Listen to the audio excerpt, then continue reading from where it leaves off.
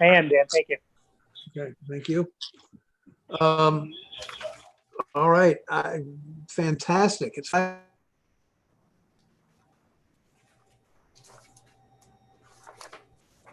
Dan, you're on mute.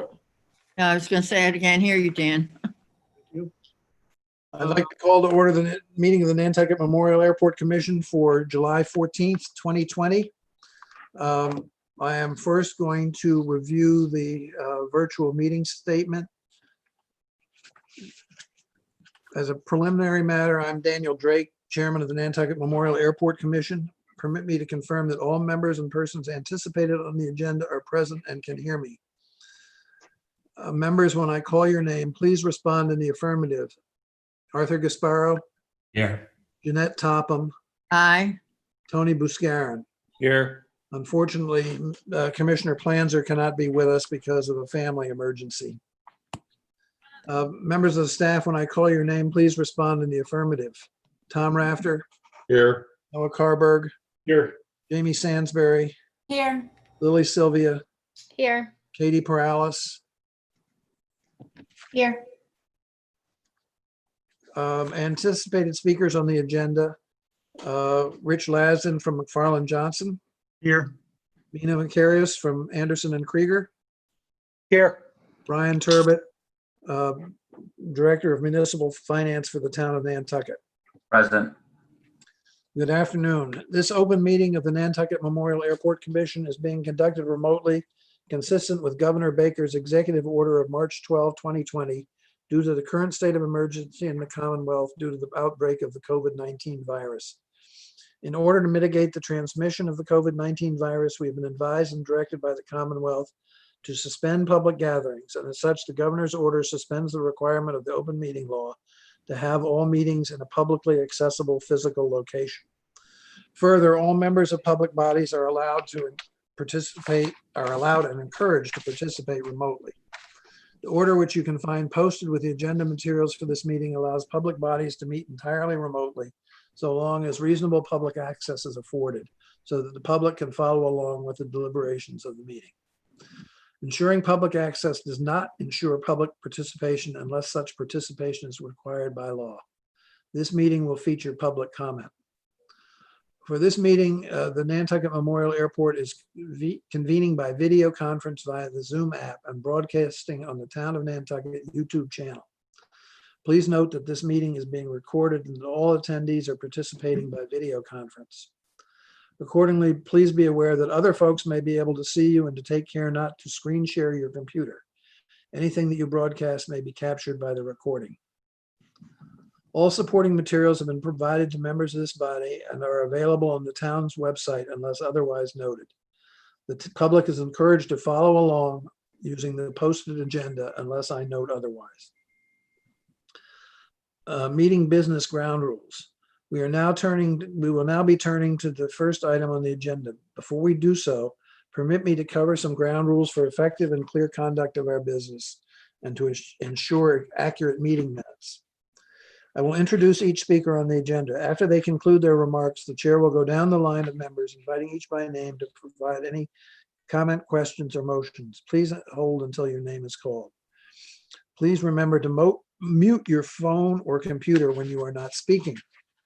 Please remember to speak clearly and in a way that helps generate accurate minutes. For any response, please wait until the chair yields the floor to you and state your name before speaking.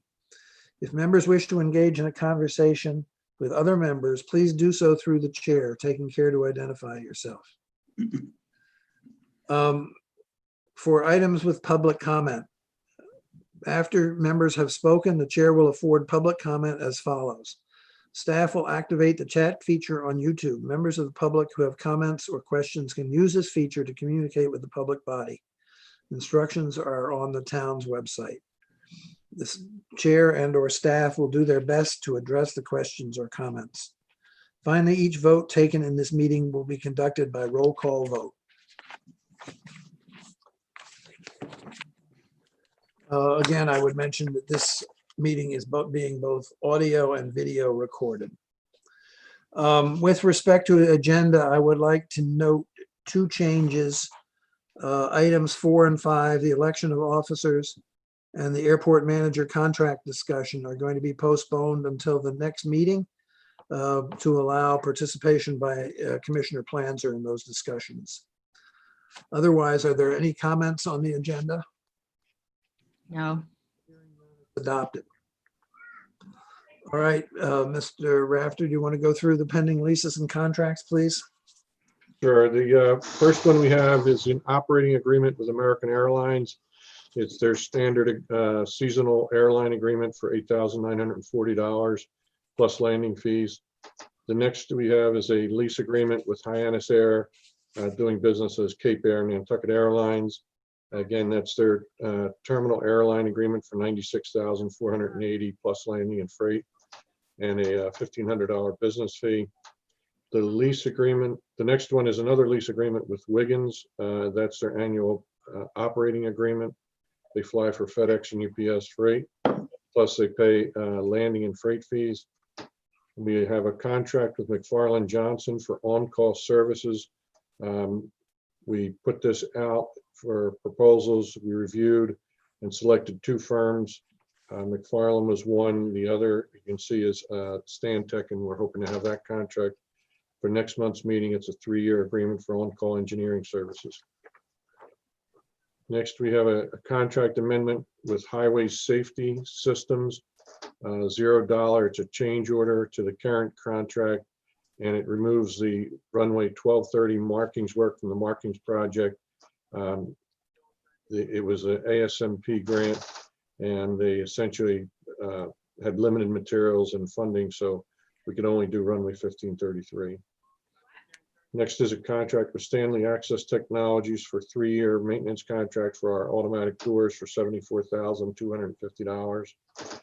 The next 3 involve our sale of fuel at the FBO. The first is a contract with World Fuel Services for the aviation fuel supply, and that's a market plus price 3-year contract. The next is a contract with Ascent Aviation Group for $339,660, and that's the lease of the refueler vehicles, 6 vehicles for 3 years. And then the next is a contract again with World Fuel Services. It's a branding agreement for Phillips 66, and again, it's a 3-year agreement that aligns with the fuel supply. And then we have a contract with Sherwin Industries for $60,500, and that's for the purchase of 2 portable lighted X's that indicate when we need to close our runways. We are going to split the discussion between the contracts that Mr. Rafter has already mentioned and the task order for McFarland Johnson on the PFAS. So if anybody has any questions on any of the other ones that Mr. Rafter has discussed, please raise them. I don't have any. Hearing none, is there a motion to approve the contracts and lease agreements and operating agreements as enumerated on the schedule exhibit 1, other than the task order from McFarland Johnson? So moved. Is there a second? Sorry about that ringing. It'll stop in a minute. Second. Thank you. How do you vote, Mr. Buscarin? Aye. Ms. Topham? Aye. Mr. Gasparo? Aye. The chair votes aye. All right, Mr. Rafter, I'm going to turn the discussion back to you on the McFarland Johnson task order, and I assume Mr. Lasden will be part of that discussion. Yes, it's a fairly large task order and lengthy and a little bit complicated. It is for the management and mitigation assistance for the PFAS, which is per and poly, I can't pronounce, PFAS, PFAS, and PFOS. And I'm going to turn it over to Rich in just a second to go through the various tasks in the scope of work. But I also want to address, for the commission's benefit, there's a little bit of a different twist here than typical task orders. With regard to funding, we would like to request the permission from the commission tonight to approve all of the work that Rich will go through in the scope, But at this point in time, we have a limited amount of funds. And I'm working with Brian, and that's why he's agreed to join us to identify other sources and options of getting the funds for the entire amount. But we would like to request tonight approval of all of the work and authorization up to the amount that we have available and Mina, our attorney, has come up with some language in the task order that would allow us to, once we identify the other funds, to give the consultant notice to proceed for the remaining work. So, and I can take you through the funding breakdown now or after the scope, however you'd like to do that. Would you prefer I go through the funding now, or? I think the scope probably makes more sense first, no? Aye. Okay. So with that, I'll ask Rich Lasden from McFarland Johnson to walk us through the what's covered in the scope of work, if you could, Rich. Very good. Thank you, Tom. Good evening, everyone. So the task order has 7 components to it, and I will go over with each component. Task 1 is for the design and construction services for the installation of POET systems that don't meet the requirements for the waiver. So this will be a project that will be put out to public bid, and this will be for the design and construction support of those 17 POET systems. Task 2 is for the POETs that require installation through the waiver process, and that is the necessary support and design to work with the firms installing them through the waiver process. Task number 3 is continued support for mostly the homes on Matacasham Valley Road, and this involves testing for the next year of the homes. It includes bottled water, and it includes the winterizing and then reopening of the POET systems as the houses are closed up for the season. Item number 4 is public involvement and communication, and we are assisting the airport in setting up a website, and we are also assisting the airport in preparing for a public informational meeting in approximately a week and a half. Item number 5 is to commence testing for homes on the west side of the airport. Item number 6 is for a environmental site assessment phase 1, which is a requirement from the DEP, and that's an investigation of sources of pollutants and other hazardous materials that are on the airport, and it's a tabletop exercise, and it has to be completed within 1 year of the original notification of the spill by the state. So that is in here. And then the last one is to identify the source. This is for soil borings and soil testing in the areas where the releases were, and it will help us understand if there is still contaminants in the soil at the original release area that can be removed in order to stop the possible additional spread of the material. That is a sort of a high-level view of the task.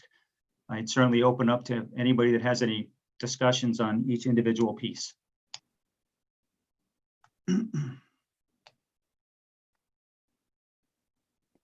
How long will it take to do the borings and determine the perimeter of the plume? So the perimeter of the plume is not part of this. Right now, the piece of this is just to investigate at the actual release site to determine if there is still soil that's recoverable at the release site.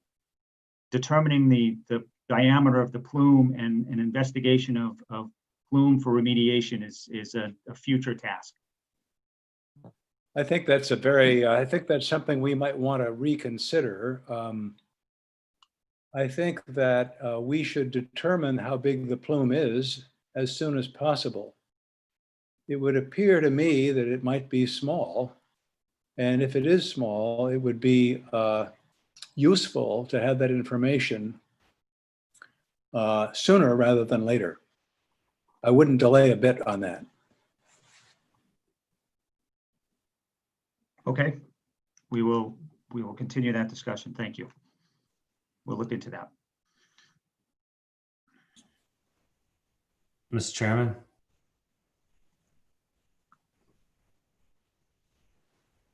I guess I'll just go forward then. That was the one other item that I think was said was removed from this that I did think was going to be a task that was included from the environmental subcommittee discussion. And I understand there's only so, this might tie to the next section of funding that we have to talk about with Brian as well. But Rich, have you, through you, Mr. Chairman, discussed the scope of a task that would be related to the identification of the plume with the LSP? No, we have not.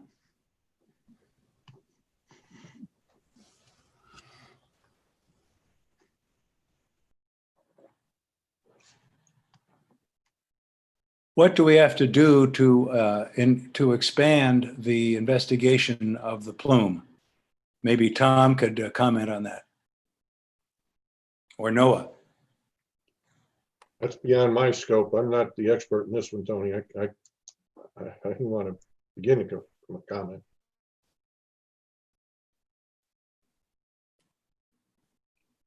If I may, Commissioner Buscarin, to the best of my knowledge, there are two ways this would be approached. The first would be indirectly as a result of the task for, I believe, continued investigation of wells that provides information. There are other continued items that I think would need further discussions with Rich and with the LSP to discuss the appropriate installation and siting of monitoring well networks. That's my expectation. Sorry to interrupt the discussion, but I noticed that Dan must have got cut off from the video, and I just wanted to make sure with NCTV that he's not waiting in a waiting room somewhere, or we can't see him anywhere. Yes, this is NCTV. He's not here, and he's also not in the waiting room, so I am unsure where he is. Okay.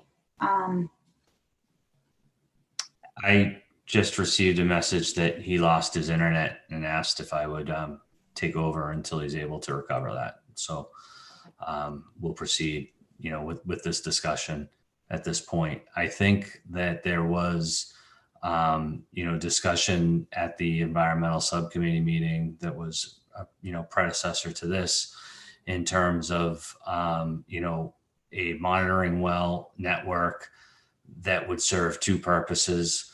One would be to further the science and understanding of the direction of groundwater flow. So essentially a network of wells related to measuring the elevations. And then either some of those same wells, whether it's all of them or just a portion, would also then be used for sampling. I do understand that that is likely a much greater scope and expense, and that we have an immediate need tonight to address the POET systems, the DCAM issues. So my hope would be that we further discussion on the task order before us, refine and or approve it, and then hopefully follow up, with the LSP and then with the next discussion with Brian in terms of how we may be able to, further the study if needed. To Noah's point, I'll get to you 1 second, Tom. To Noah's point about the task item 4, again, if the well testing that's being proposed right now that is set up along the west side of the airport essentially comes back, negative, that in of itself may help limit the scope that would be needed of monitoring wells. In other words, we may, under this task order, be able to determine that west edge of the plume. So I think that, there could be positive, from what's before us tonight. And yes, Mr. Rafter.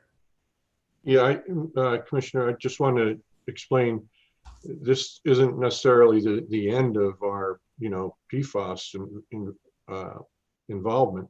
The contract that you approved earlier with McFarland Johnson is an on-call for 3 years. And what we do is we continuously order or issue task orders to them.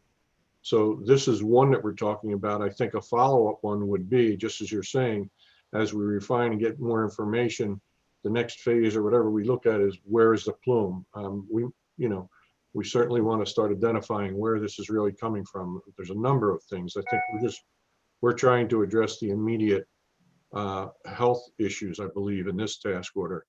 And we understand there may be subsequent task orders involved in continuing to, we're not saying this is the end of PFAS, that's for sure. Yeah, my humble view is that we ought to investigate this much more quickly. If we can determine the plume is small, that gives us a lot of information. We're going to eventually want to have that. If the plume looks like it's much larger, then I think we'd like to know that much sooner than the next task order. So I would like to amend the current task order to aggressively determine the size of the plume as soon as we can. That kind of information is going to be critical for future decisions by us and also by the town of Nantucket. I'm not sure that we would be able to amend the current task order on the fly without having it prepared for tonight, though I completely support the initiative that perhaps for the very next meeting, there's also a follow-up that includes looking at the network of wells and a consultation with the LSP for that. I wouldn't want to hold this up, mostly because it involves the testing of the wells on the west side of the airport that I think needs to be done, as well as the remediation of Maddox-Sham Valley Road. Perhaps we could defer to council quickly in terms of, how an amendment to this task order either could be done, or, would the entire task order really need to then be postponed for a following meeting? Certainly from a legal perspective, there's no reason, I believe that what's on the agenda is a task order that you couldn't amend. What might be more difficult is if the task order, the details you mentioned, Mr. Casparo, and obviously an amendment later could be noticed, but task orders are not set in stone. That is from a legal perspective. I can't speak for town or airport accounting and practices, and I'll let Tom, Brian, or anybody else, I guess, on staff speak to that. If I may, I'm kind of put in a difficult position here to identify specifically a scope of this task and then a cost. And without that, I don't know how we, or you as commissioners, authorize me to move forward. I mean, it's a very vague, I understand a direction, but that's the preliminary to a development of a scope of work that would identify that plume.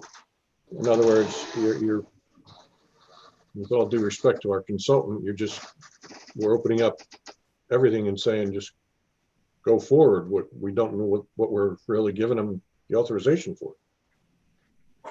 I agree. And I see that Dan's back. I don't know how much you followed the discussion, but I'll just quickly say that I think that I agree with Mr. Rafter that to simply amend a task order without the detail and then not really have the consultant have a chance to put a number to that would be difficult for us to approve.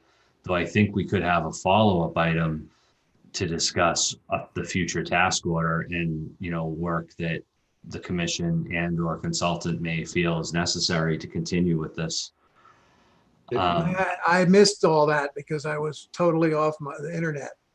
The discussion, if I may, just to briefly bring you up to speed, from Mr. Buscarin was a suggestion that there should also be an item within the task order to identify the size and extent of the plume. And that had been discussed previously at the subcommittee level meeting in terms of, and I think some other discussions in terms of, a monitoring well network, both for groundwater as elevations and direction, as well as sampling. But I think that what we just kind of came to was that at this point, that would be too broad of a directive to simply add to this task order, but we could just certainly discuss it as hopefully a future task order in the very near future. Mr. Chairman, Yes. if I may, I'm just going to put this out. It may be appropriate, and Vice Chair Gasparo, you heard the discussion. It may be appropriate to direct myself and staff to proceed with development of a scope and negotiation of the agreement for the next task order to identify that plume and whatever other parameters are may be involved. If we should take an action in that regard. Is that acceptable? I, as I said, I didn't hear it, but I think that trying to amend this task order on the spot with a very broad general directive is not appropriate. I think for a number of reasons, we need to move forward with the task order as it is. And we can, as Mr. Rafter suggests, we get to work on a new task order. I agree entirely. I think we should pursue the current task order as it's stated and approve it. I'm just trying to provide a little direction as to where we need to go. And I think we should accelerate our investigation of this, possibly with the town, to determine the size of the plume as soon as possible. That will inform us, give us a lot of good information about how to proceed. Agreed. Mr. Lassen, do you have any comments on that? No, not, I will start discussing that with the LSP tomorrow. Okay. I had a couple more questions just on the overall task order. Go ahead. And again, I am supportive of it. I just think for it, putting it out there. In the first item related to the POET systems, it includes commissioning and decommissioning a seasonal system. Is this for one season? And, is this going to be something that has to happen as you would envision in sort of perpetuity for these systems? So yes, I will answer that. It is for one season. It's to close it or winterize it this year and to reopen it for next year. And the POET systems need to remain in place and functional until the readings are non-detect. And there's no way to determine that without just continuing testing until such. Go ahead, Tom. If I may, my understanding is that, or until town water could be supplied to that particular resident. Or town water, yes. But I think the question was, is this in perpetuity? You're saying until it's a non-detect. Non-detect or till town water is provided. Yeah, but if it's a non-detect is that before the POET system or after the POET system? No, before the POET system. Until the groundwater is clean enough to be non-detect prior to treatment, or public water is provided. What are we talking about as the obligation per system roughly per year? I would have to look that number up to see what the actual per system cost is. But I think we acknowledge that we have this ongoing responsibility. Correct. And again, we're continuing discussions with water company too, to work on a long-term plan, if you will, to get public water to the areas that are affected. Thank you. I think that's the point I want to be sure is made, is that it's not this isn't a one-time capital outlay, that there's going to be, operation and maintenance costs for these systems that, we're likely going to absorb, and, per system per year. and that should be factored into, decisions that need to be made in terms of alternatives as we move forward. If I may. Excuse me, before you go ahead, Mr. Yeah. Gasparo, Mr. Lassen, do you have that number? I'm sorry. It's not broken out as a per house number. So I will get you that number as a per house number. Okay. And then under the sampling, it says that Weston will be collecting the samples. And so my understanding is perhaps that there's been a combination effort between, staff and Weston. So now under this, is that burden removed from the staff and will be only done by Weston? And we have, or is there potentially a more economical way for this to be done in concert with with airport staff? Was that addressed to me? I'm sorry. Yes, please, Mr. Lassen. Okay, I'm sorry. The beginning of the question was what? I'm sorry. So related to the sampling that needs to Yes. occur on a regular basis, Yes, task order has it, the Weston collecting the samples. correct.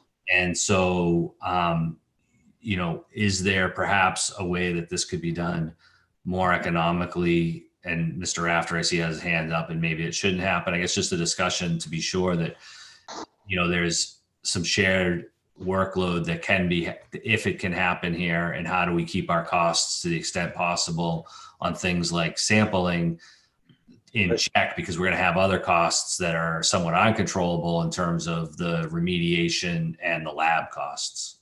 If I may, Mr. Chair. Please.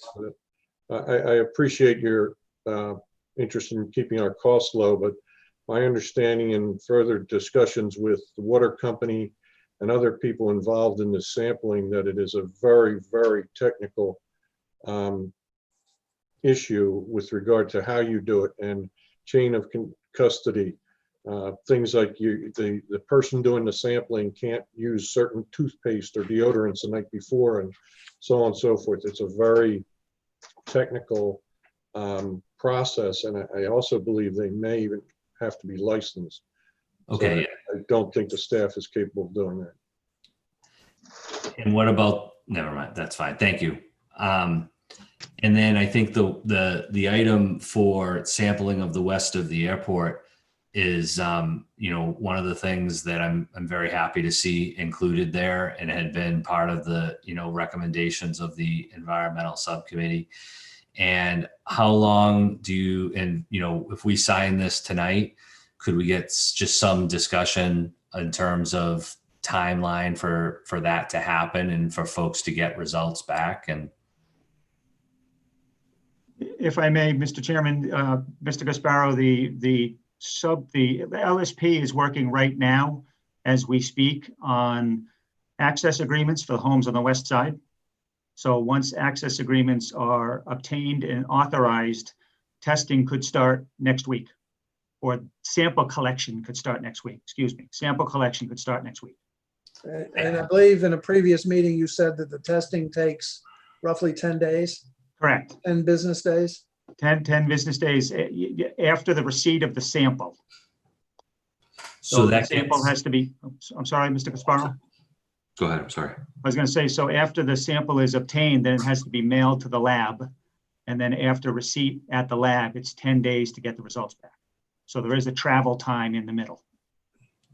So that ties, if I may, Mr. Chairman, that ties to my previous question, is that, and there may be nothing that can be done about this, but I just want to have a discussion in terms of sensitivity of timing, that if we're talking about only Weston from off island coming over to do sampling, and we're talking about access agreement timing, and under this contract, does this include them if they only get 2 access agreements next week in place, are they going to come do those 2, or does the first 2 get put off until, so that they can, under this contract, only have so many trips? I mean, I think I just want to make sure that this is going to happen as quickly as, and if the weak link in the chain is the last 2 folks that maybe you don't get an access agreement for them for whatever reason, the house is, I don't, know, but I just I'm hoping to have some level of assurance that, both MJ and Western will move this forward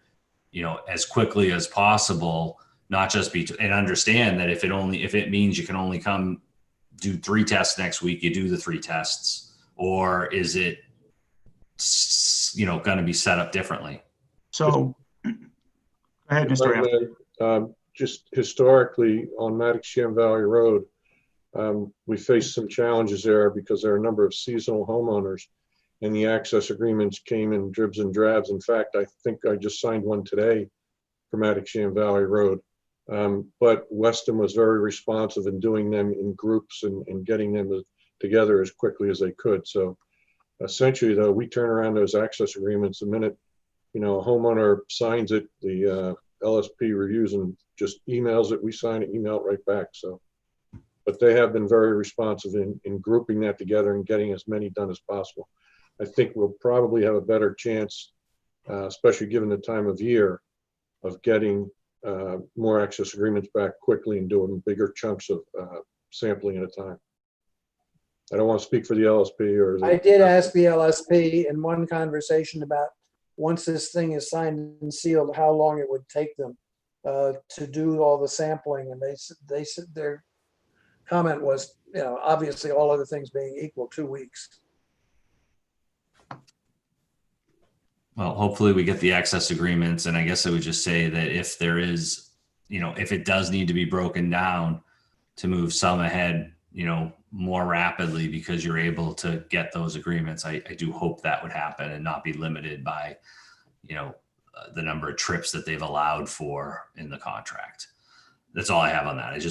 I'm trying to get the point that I hope that this testing, I think we all do, can happen on as fast of a track as possible. I think we're all on the same page on that. Right. I'm just hoping to convey that as well back to, and be sure that we're clear on to Weston.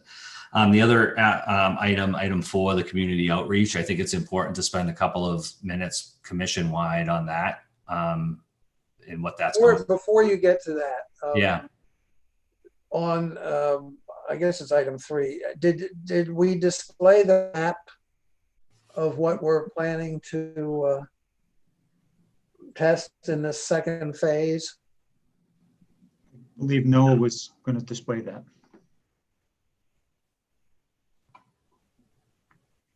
I'm sorry, did you say Noah's going to, are you guys Yes. sharing? I thought he was, yes. I have it available. Please stand by.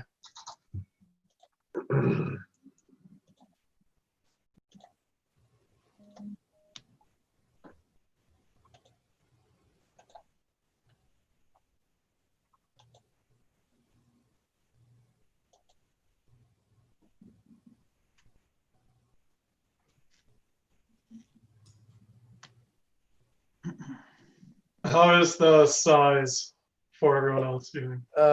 Reduce it to 100%, see how it looks. Okay, that covers the whole thing. Mr. Rafter, would you or Mr. Carberg explain this, please? Or Mr. Lassen, I don't care. Richard, would you mind Sure. going first? Yes, so these are the immediate abutters to the airport on the west side. There's been a couple of known releases of AFFF or firefighting foam on this side of the airport. So what we've tried to do is identify. I'm sorry, Noah, do you have Weston's sheet with the other information? I see that now, Dan. I'm bringing it up. It will take me about 90 seconds. Well, go ahead with your explanation, but I Okay, think the other. so we have identified homes immediately to the west of the airport that would be closest to the release points of the airport. The indications that we have so far in our groundwater modeling is that the groundwater flows to the south or towards Mattox-Sham Valley Road. So that's why those houses were tested first. And the houses along the west are the ones that are closest to known release points. And the idea is to test those to see if any PFAS has migrated to the west from the airport. So this picture here shows the release points are the orange circles, and the the red circle around the blue and white circle is an existing test well in the airport. Um,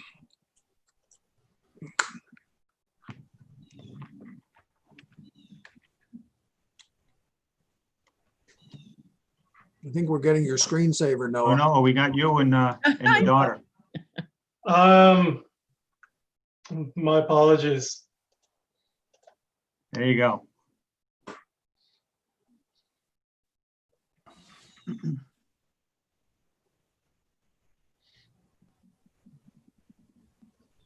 Okay, there we are.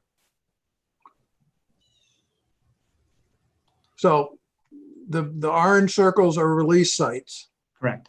No matter, even if it was one release there or two releases.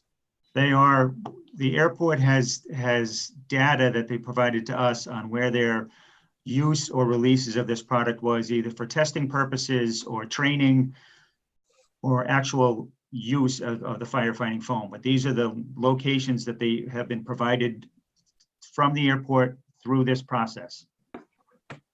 Couple of comments on this map. First up where it's the top right where it says fuel farm and the orange dot. Yes, That is what, Evergreen Road that goes off to the left? Correct. Am I correct, Mr. Gasparo? That's correct. And there is town water on that. And the first lot just below that line of Evergreen Road and above the first orange shape, orange outline shape has town water. So that would not be tested, correct? that is correct.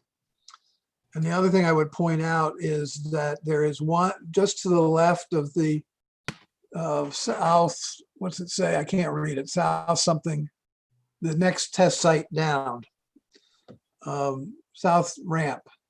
That triangular shape in between, next to the road and in between the other orange shapes is included in the testing, but it was unable to include on the map as a result of an inability to do it on the GIS map and the overlay. So that is included as well. And basically this covers everything southwest of the fuel farm down to the ocean that abuts the airport land, every residence.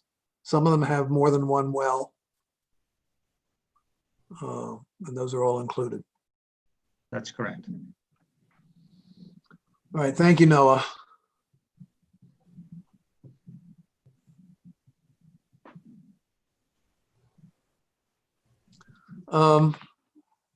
Anything else, Mr. Gasparo?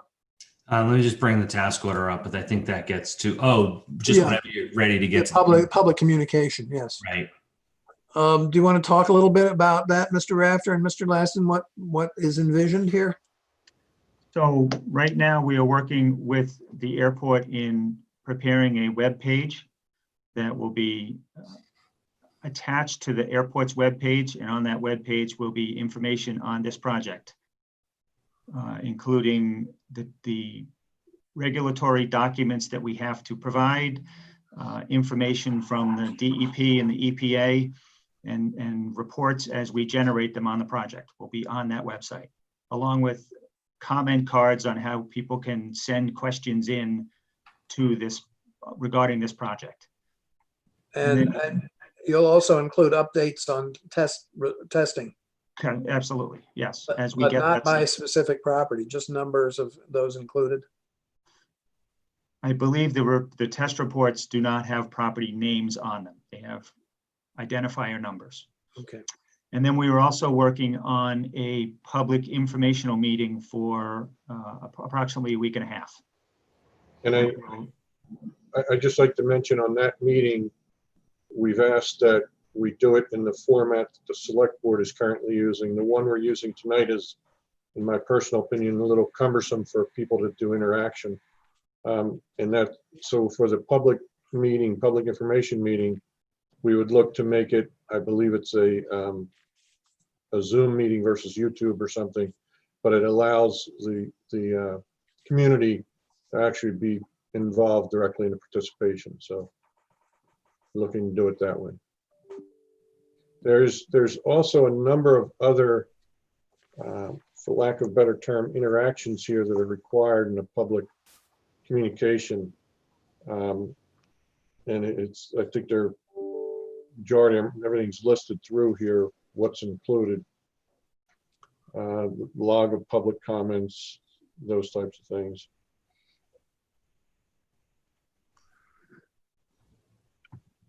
Mr. Gasparo, do you have anything else on that?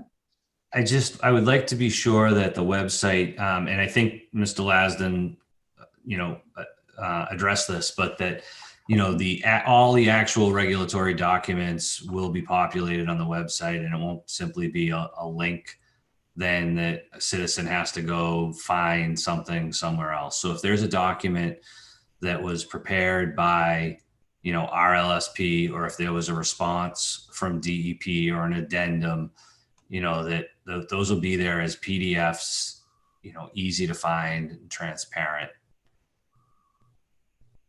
Okay, That would be my hope. That's we'll the make intention. sure that happens. And I know there's been this talk, there seems to be talk about not having addresses or whether you have the addresses, but the documents on the DEP website have the doc addresses. So why would it be any different? Why would, as I see it, whatever documents are the regulatory documents are the regulatory documents. I think that's a question that council needs to consider in the context of our position going forward, and it's probably something we should discuss in executive session. If that's all right with you. I mean, yeah, it's going to be determined. The website's not going to be, done instantly. But to me, When do you anticipate getting the website up, Mr. Lasden? We provided a shell of the website today for staff to look at. Once the shell and the surface face of it is prepared, we will be able to upgrade information on it. So it should be in the next couple of By days. tomorrow, hopefully. Okay. Anything else? Any other questions or comments? No, I appreciate the expanded scope of this task order since, the first draft. Does somebody wish to make a motion? Mr. Chair, if I may, Yes. just so that I can help clarify, I think the motion, again, I just want to remind everyone, we are seeking approval of all of the work effort in this task order.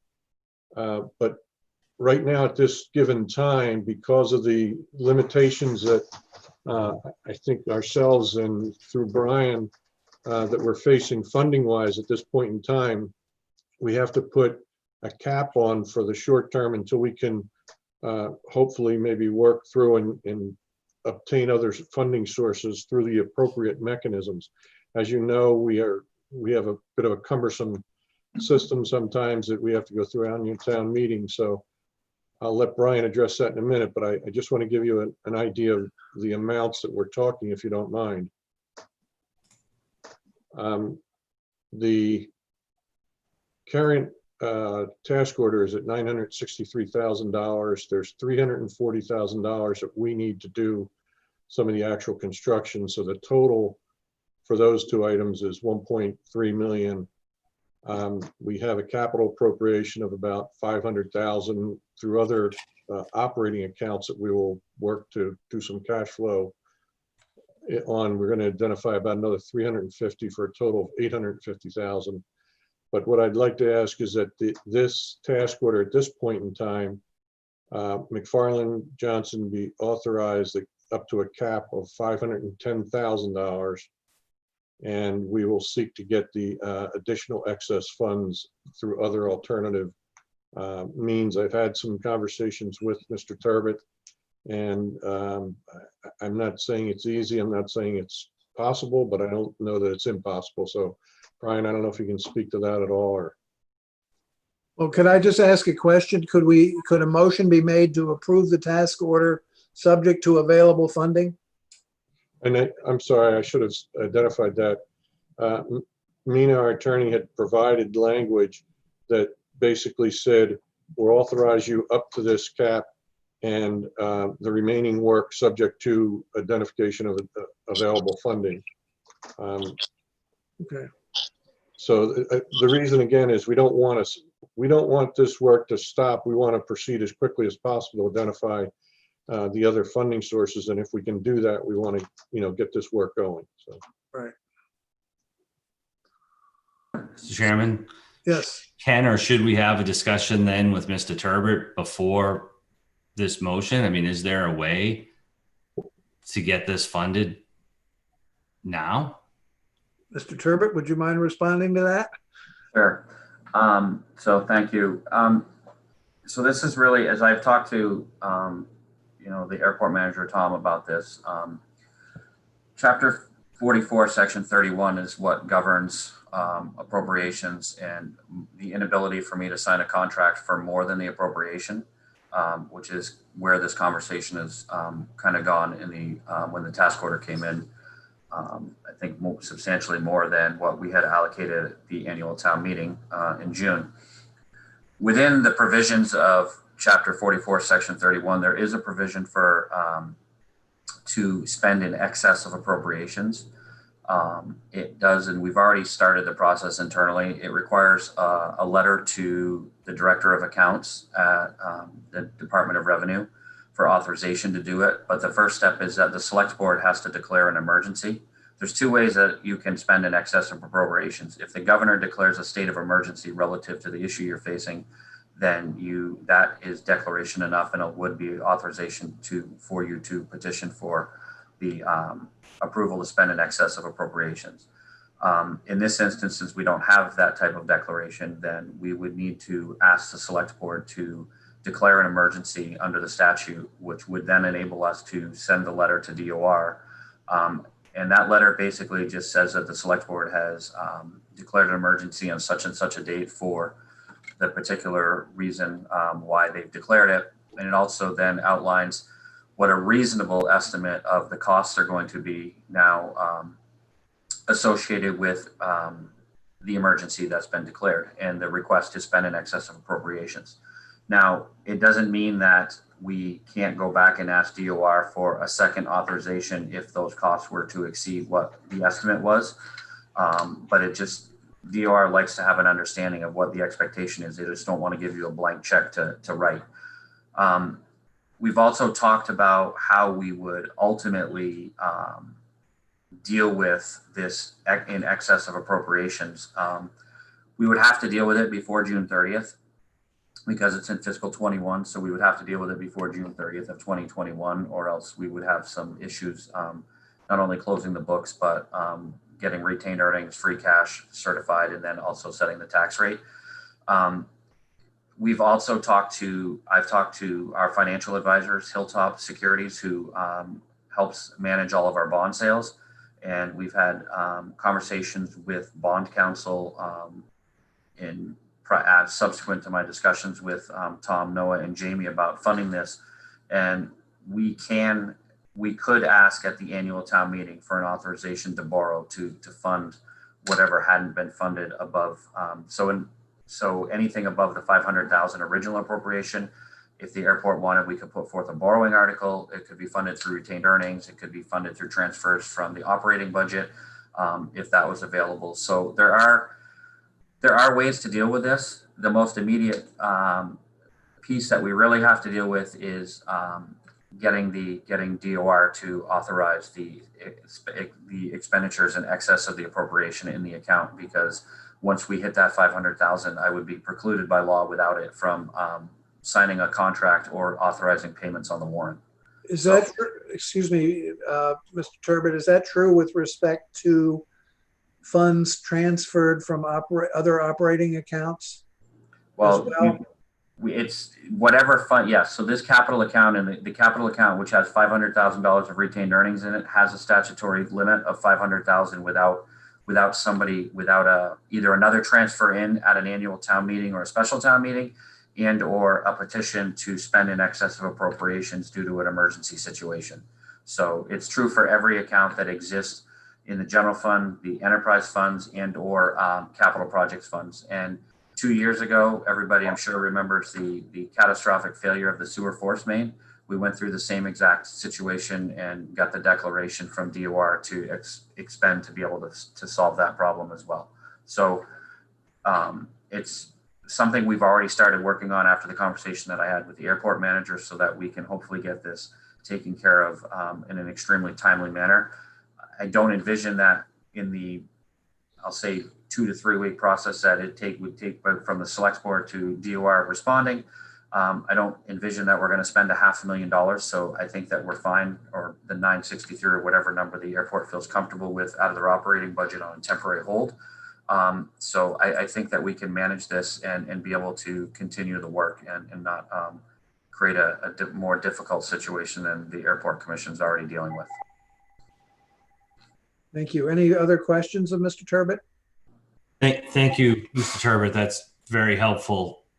However, I think that there's some further discussion. This is absolutely an emergency, and we need that declaration made. And I think that's going to be a next discussion for the commission to have to approach the select board. However, this one task order, as Mr. Rafter said earlier, is just the start.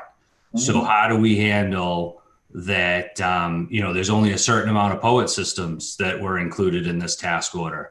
We could do these tests and all of a sudden find out you need that many more. Or how do we approach this in a way to establish a fund or a pot of money under this as quickly as possible? Maybe it all doesn't need to be spent, but. Well, so to answer your question, Commissioner Gasparo, the way that we do it is once we get the select board to declare the emergency and DOR approves it, when we send the letter to DOR, we would ask for a number. And this is just an arbitrary for discussion number of, say, $3 million that we believe would be required. And that would be the basis that would allow us essentially to spend until the annual town meeting to identify a funding source, an additional $2.5 million on top of the $500,000 that you have appropriated.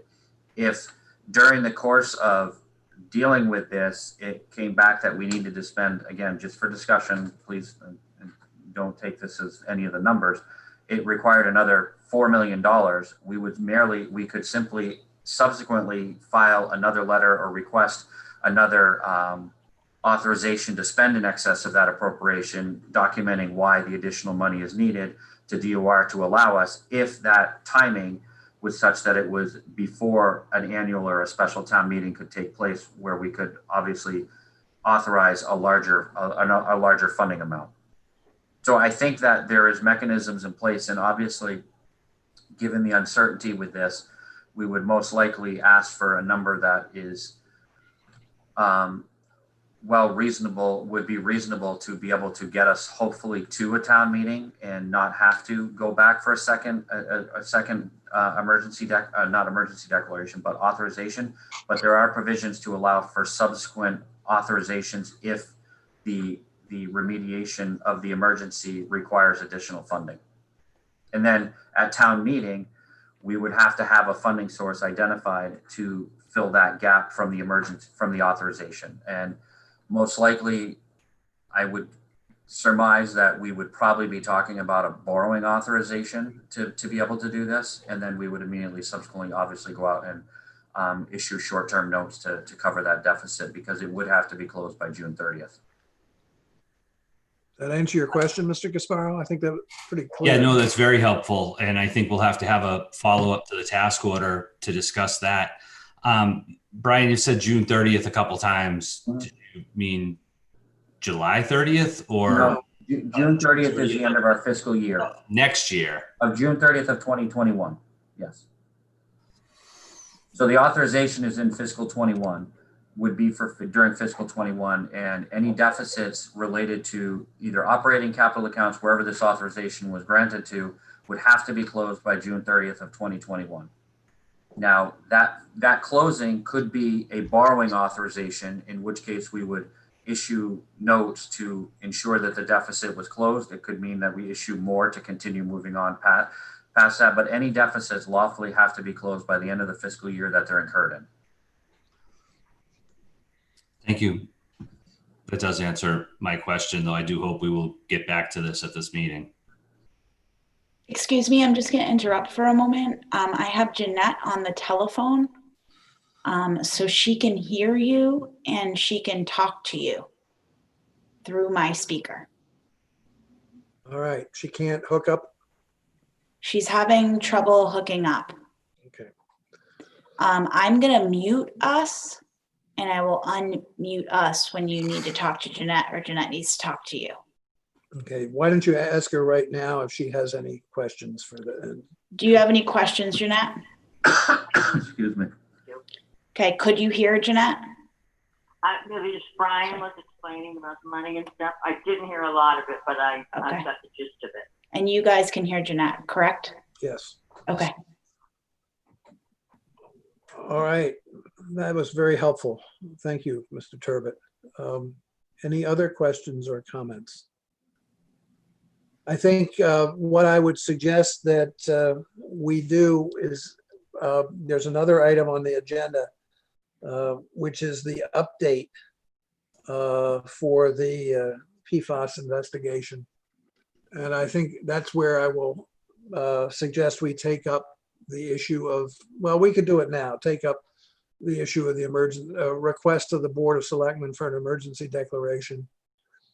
And do we need to specify an amount at this point, Mr. Turbot?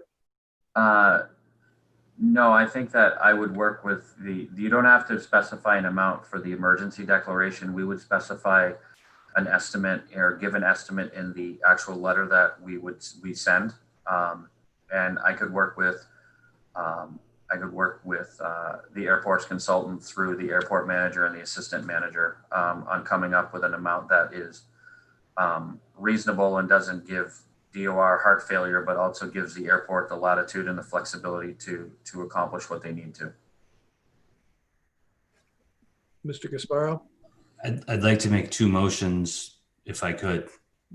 Well, why don't you make one and then we'll deal with that and then we'll make another one. The first one would be to approve the task order, and then the follow-up, just for discussion purposes, would be the emergency declaration. Okay. So first I would make a motion to the effect as suggested that the commission improve task order, I lost the number, MJ PN01 for the PFAS management and mitigation assistance. And perhaps I could use a little assistance with the language from council or finance in terms of how the end of that for funding should be worded. I mean, I think that for purpose of this, I don't want to cut Mina off, but I think for purposes of asking the select board, you just need to ask them to declare an emergency as No, outlined. excuse me, we're not there yet. Oh, We're I'm talking sorry. about Okay. the task order and how the Okay. funding of that's to be couched. Okay, my apologies. I'm sorry. How should that motion best be worded? Is it as simple as Mr. Drake previously suggested, subject to available funding, or is there more to it? Mina? I think it can be as simple as that, and frankly, that's sort of implied anyway. So, Okay, that's my motion. Thank you. Is there a second?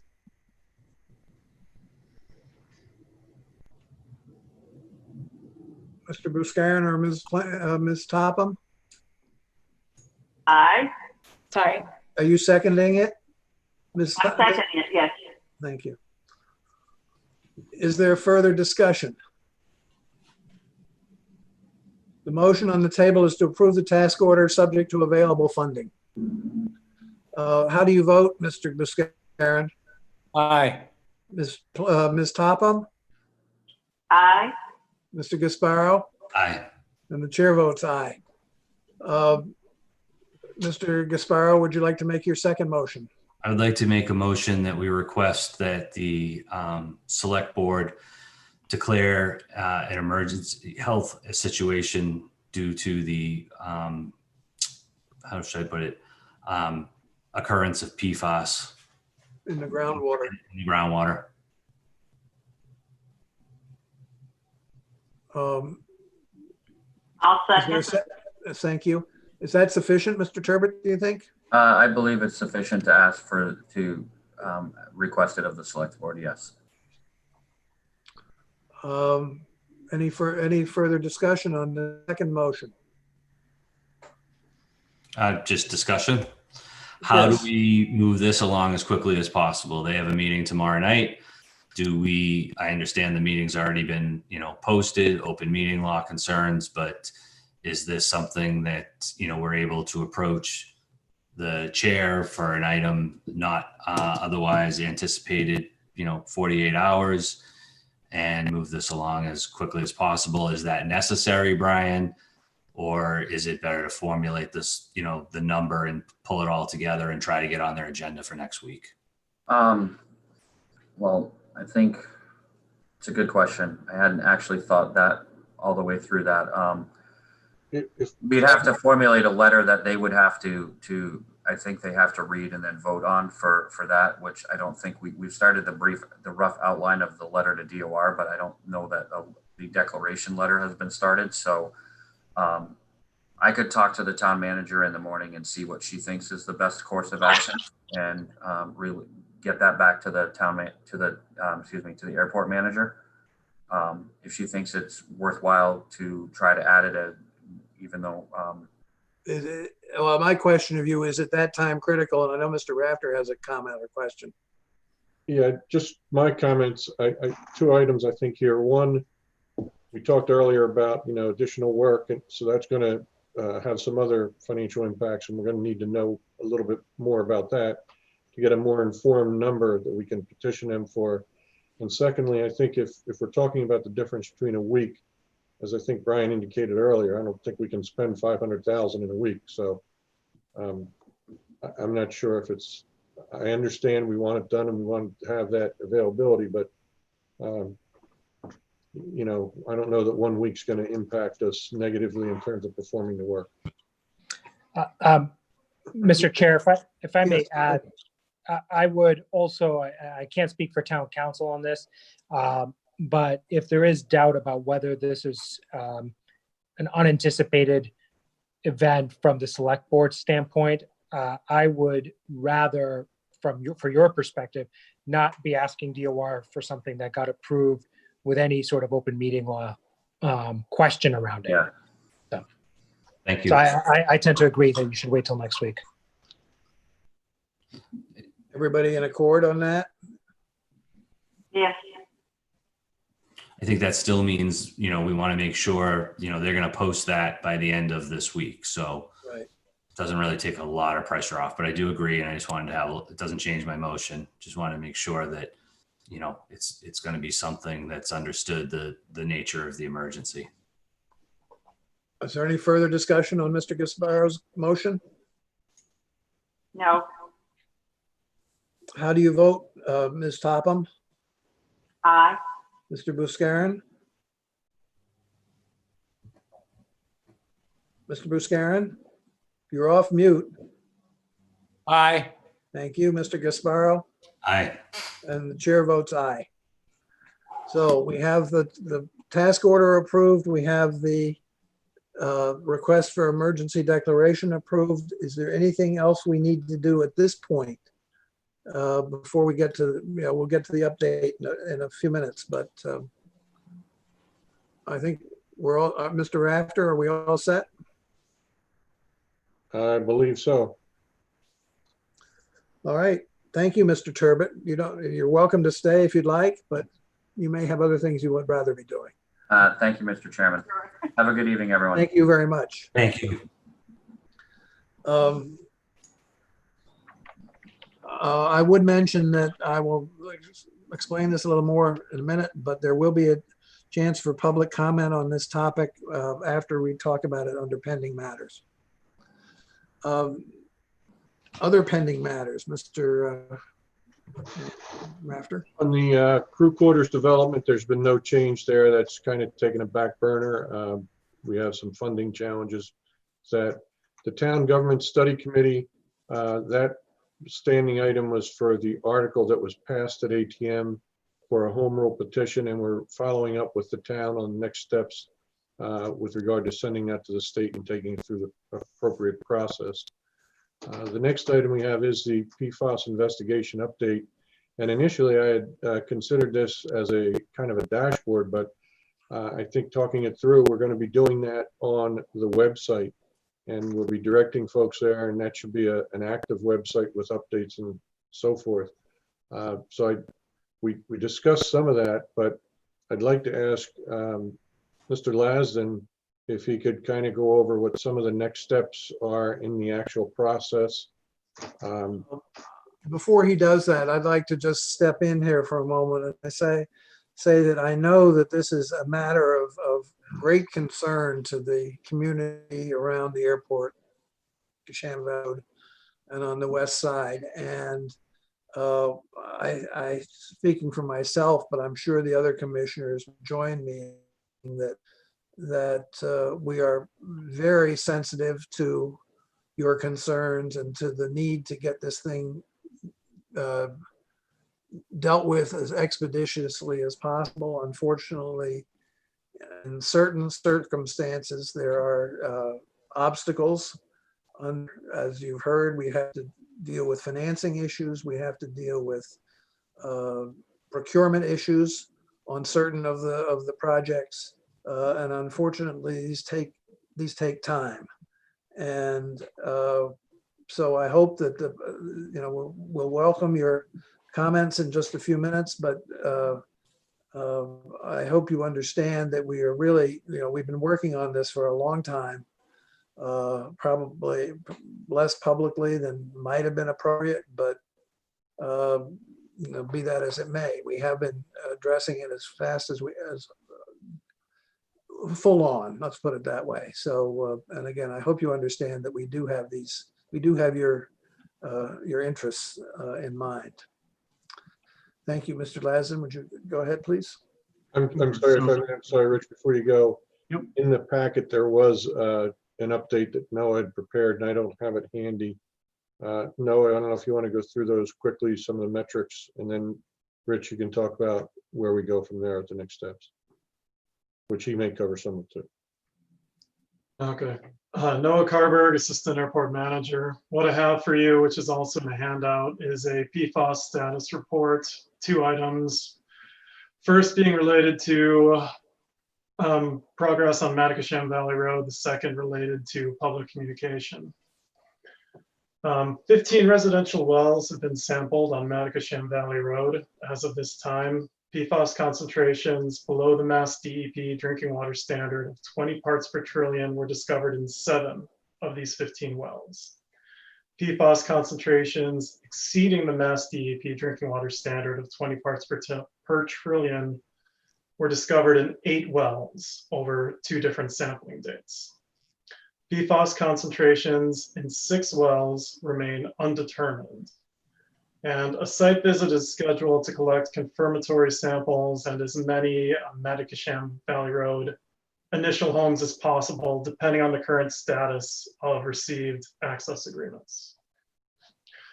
I have been tracking my public interaction, and as of the morning of 7/13, when I wrote this update, I've had 17 direct individual contacts with members of the public.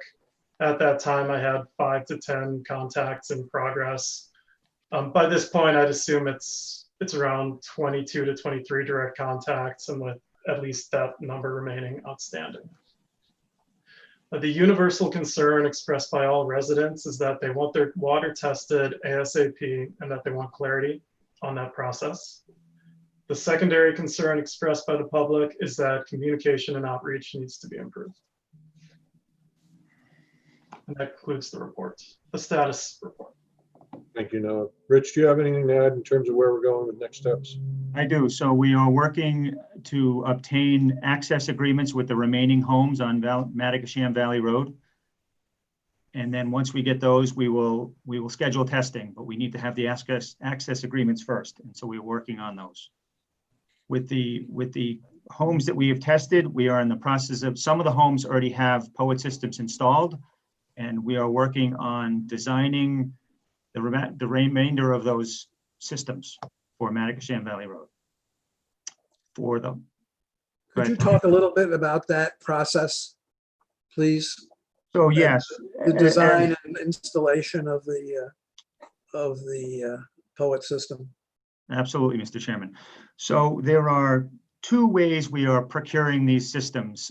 As Mr. Carberg indicated, the state has a 20 part per trillion threshold on the need to install a POET system. And at this point, the Mass DEP has also determined that if it's exceeds 200 parts per trillion, they consider that a dermal hazard, and they want POET systems installed as soon as practicable.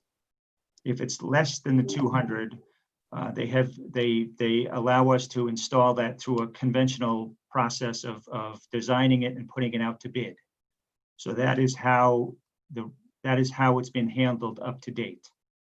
Does that answer your question, sir? Why? I mean, each system has to be designed. Is that not correct? You broke up, sir. Repeat that. It needs to be designed individually. Is that That's correct.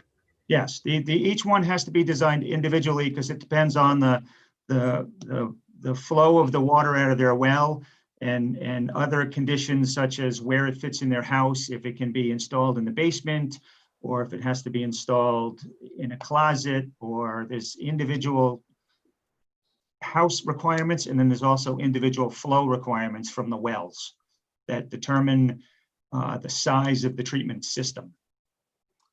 The other question I have is how long after a test comes back positive, so to speak, if it's not subject to the expedited process, how long from does the design and installation process take approximately? So we have to follow the state of Massachusetts public bidding requirements. So it has to be designed and then put out to bid, and then a contract executed by the airport, and then it could go out for construction. So it's probably 6 weeks time. All right. So we need probably to be prepared to have, depending on how the testing comes back, maybe have an extra meeting and sometime between, before the middle of August to approve these. I'm just putting that on the table, or Correct. even after the August meeting Correct. to approve these contracts to keep the process moving along. That's correct. All right, thank you. Yes. And then for the west side, we spoke about that earlier. That is the next step now. Access agreements are being obtained, and once the access agreements are obtained, we will start to schedule sampling and then testing. And then once we have that data, that will determine our next steps beyond that.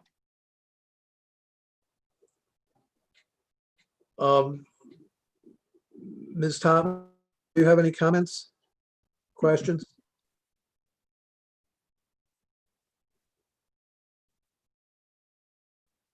Just thumbs up or thumbs down.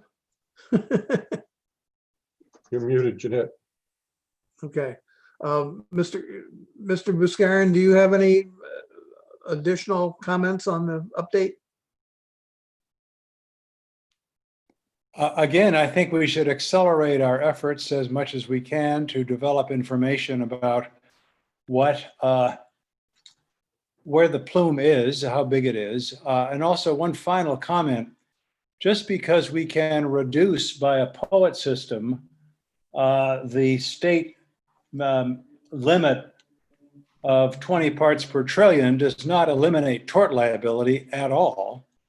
I think one thing we need to think about is the final solution here is getting the Wannacomet Water Company to deliver water to this area. That fixes the problem. So Period. if I can make a comment, Mr. Buscarin, once we get test results back indicating that there is a number above non-detect, we are providing bottled water to the homes. I think that's lovely, but also I think there's got to be an ultimate solution here. Yes. Rather than giving somebody bottled water. I think that's a great interim solution, but not a final one. Correct. Thank you. Mr. Gasparo, do you have any further comments? I echo the comments in terms of further exploring, the extension of municipal water. And I think that as we're talking about considering amounts that are going to be included in the emergency declaration, that we should be considering, not full design costs, but some engineering costs for looking at, how that might be able to be done. Mr. Rafter had informed me, because I have brought this up, as did Mr. Buscarin at the environmental subcommittee meeting, that he has had some discussions with Wanacommet Water. But I think that has to, along with the plume and understanding the extent, looking at, how that might be able to be done. And if we could even just start to get some linear footage along what that route might look like, whether it's just down Monahanset serving the west side, whether it loops over to Matacasham, how many linear feet, and based upon, rough costs that certainly Wanacommet has on a per foot basis, to start to understand, what a project cost like that might look like, which gets back to my earlier comment related to winterization, operation and maintenance, the fact that the POET systems are not one and done. And again, hopefully the tests on the west side, come back negative, and, fears can be put to, eased. And, but I think at the same time, we really should be considering, some investigation into the municipal water. Thank you, Mr. Gasparo. Mr. Carberg, are there some public comments? There are a number of public comments and questions, Dan. I'd ask what your election is. There are a number of comments. There are also a number of questions posted throughout the scroll that I can pull out. Yes, I would ask you to do that. I would ask you to identify who asked the question or made the comment. Okay. I would just take them sequentially. I wouldn't try to group them at all. Of course. If we answer one and the same question comes up, we'll refer back to that. At the beginning, from Tom Sidlowski, please discuss the scope of the West Side testing. I believe we've already done that through the map that we showed. We're testing every property on the west, every abutting property on the west side of the airport as the next phase. The next question is from Carrie Wofford. Could you please explain more about task order number 6? Is that looking for contamination of chemicals different from PFAS and PFOS? Want to address that, Mr. Laston? Ken, so the task item number 6 is called a phase 1 environmental assessment, and that looks for, it's a desktop review of the history of all environmental or hazardous uses of materials and spills, for the lack of a better way to describe it, at the airport. Yes. Thank you. Mr. Garberg? A question from Mimi Huber. Where are the release sites located? The map we showed several of them, and there are others. Do we have a map that shows all of them? Mr. Chair, if I may, we were required to submit that to DEP. It is public record and will be on the website. Hopefully we can get that populated tomorrow, get the website up and running. But I believe, is that Noah, the NORA? Is that what it's called? Would be the figure would be present in all regulatory documents. It would be the RFI and the NORA. So we'll have that On the website. It'll be on the website. Earlier on that graphic that we have, but on the website, we should have a link to exactly where all of the information with regard to what was dispensed where and when. And the graphic we saw earlier is on with the meeting materials on the existing airport website, is it not? It should be, I believe, correct, Katie? And Yes, it's included in the packet. thank you. Thank you. Next, Mr. Carberg. From June Truby, when will the West Side testing begin? Very soon. Soon as the access agreements are signed. From Andrea Giletti, has Wannacomet Water checked the single aquifer for contamination? I can't answer that. I believe they have, but I think that question is more appropriately addressed to them.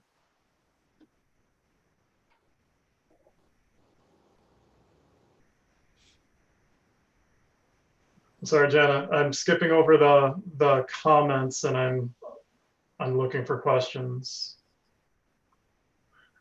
From Leona Tripp, will my well at 5 Webster be tested? I don't know where 5 Webster is. Is that one of the ones on the map?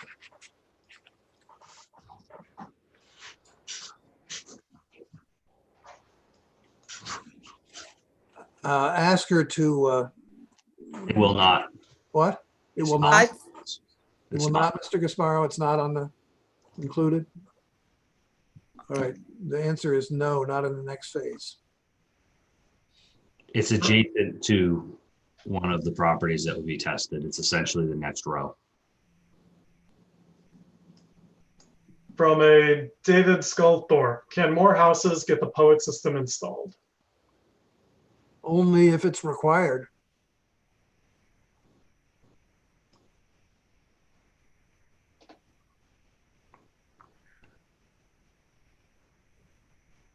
Again, from David Sculthorpe, what is the best estimate in town water being supplied to Matagasham Valley Road houses? Can't answer that at this point. We'll continue to explore it.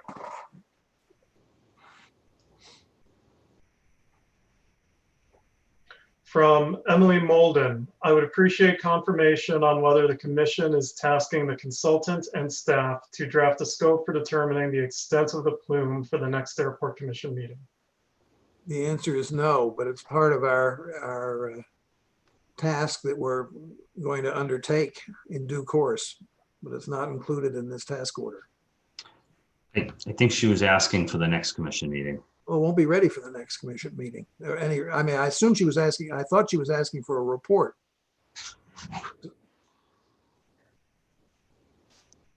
Is that right?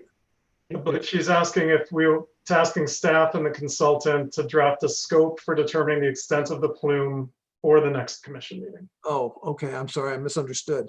I don't know. I think that's up to Mr. Rafter and Mr. Lasden to say whether that's possible. I mean, And I think we that's want to try to do it, but we'll have to see whether there are a lot of other things going on as well.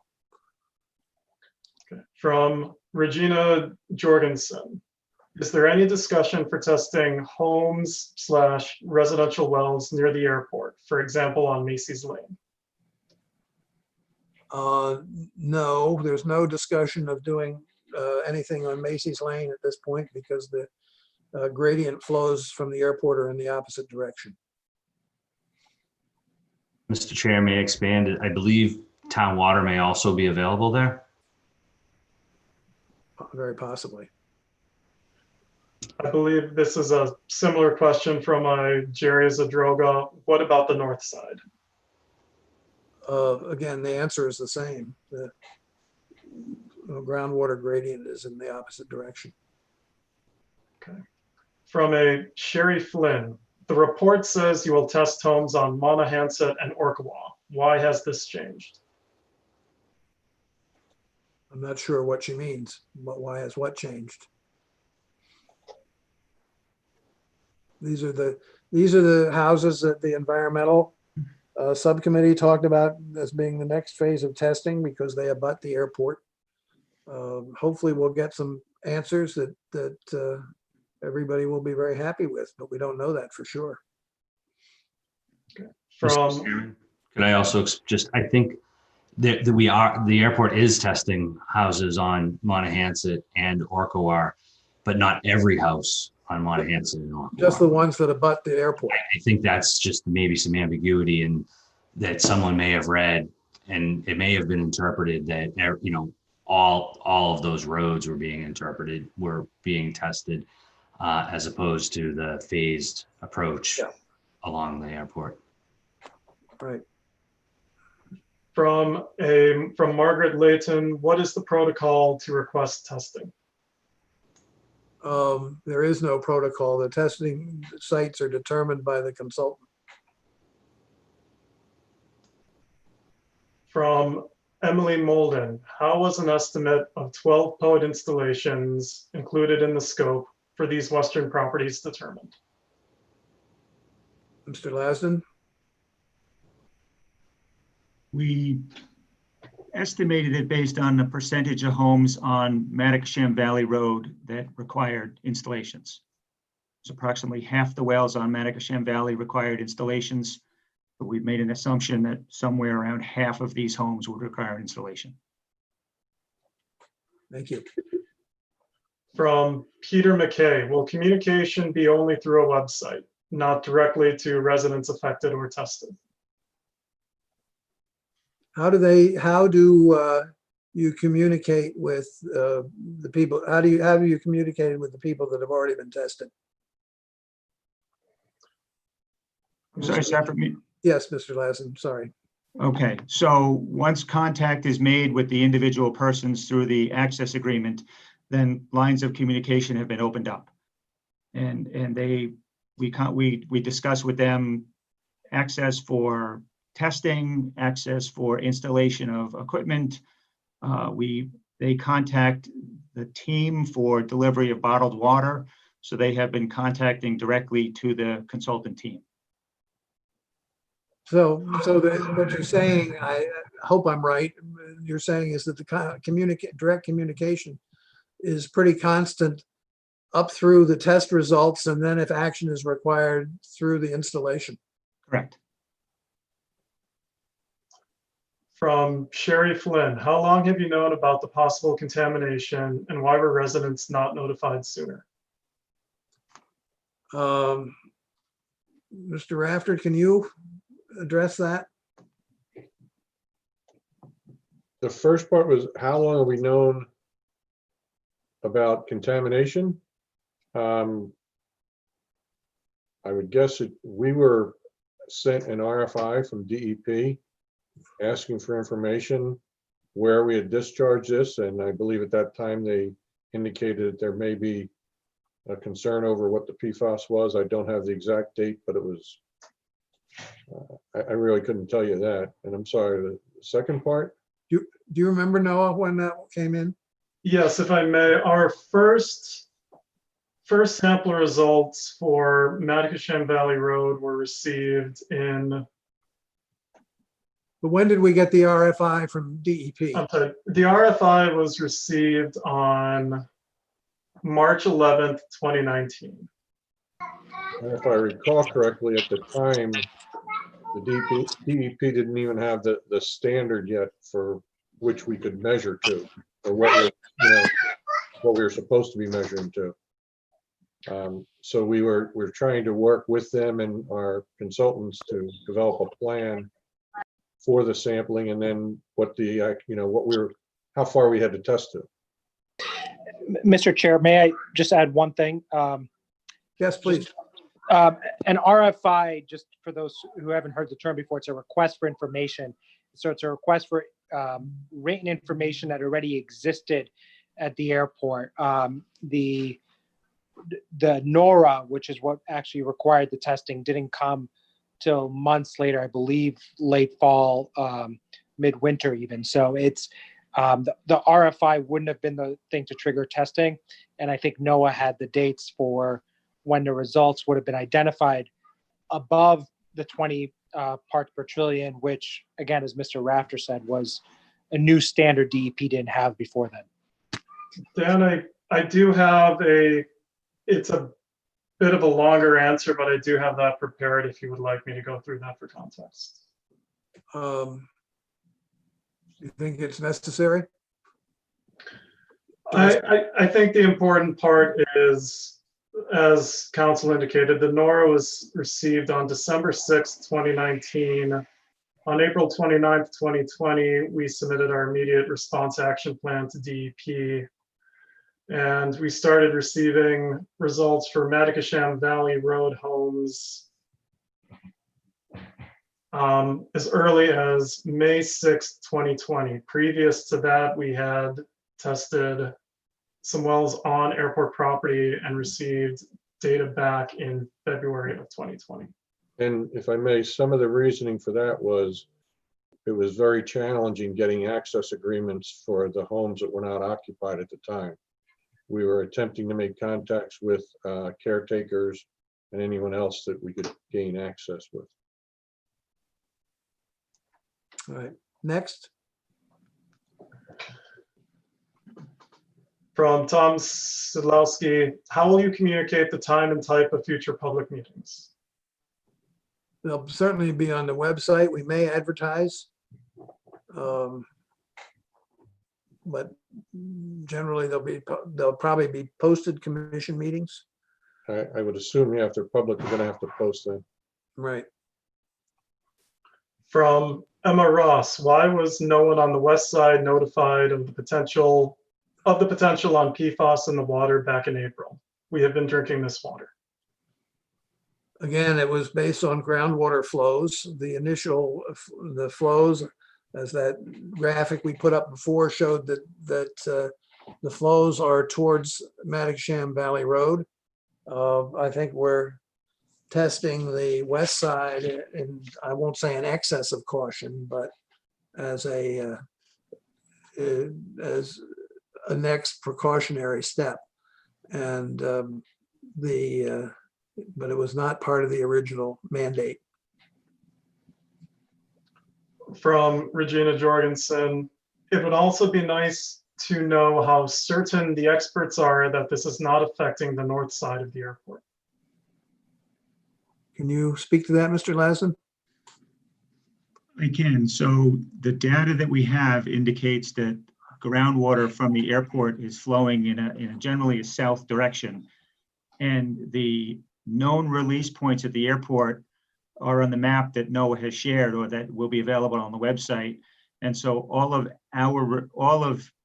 our PFAS would be coming from those release points, and the groundwater is flowing to the south. We don't have data on groundwater testing above or to the north of our property. I think it's important at this time too that we identify that PFAS comes out of multiple sources, not just a single source. So you may test anywhere and find it. That doesn't necessarily mean it came from the airport. But Fair point. From Molly Glazier, will the commissioners be addressing our questions? Yes, I hope so.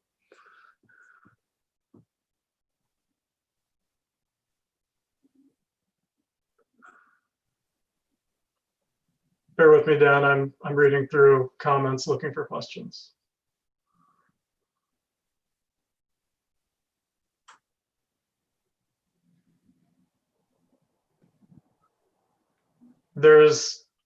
I'm going to attribute it to Molly Glazer, but it's a question that came from a thread. How expensive is testing? Assuming, how expensive is private testing? I don't think we're prepared to answer that. We've got some information, but it's really up to, if the homeowner wants to do private testing, it's up to them to contact their number of labs out there. We do have that information and can make it available. Okay, so I see further questions, but they're addressed to other members who are chatting in the group.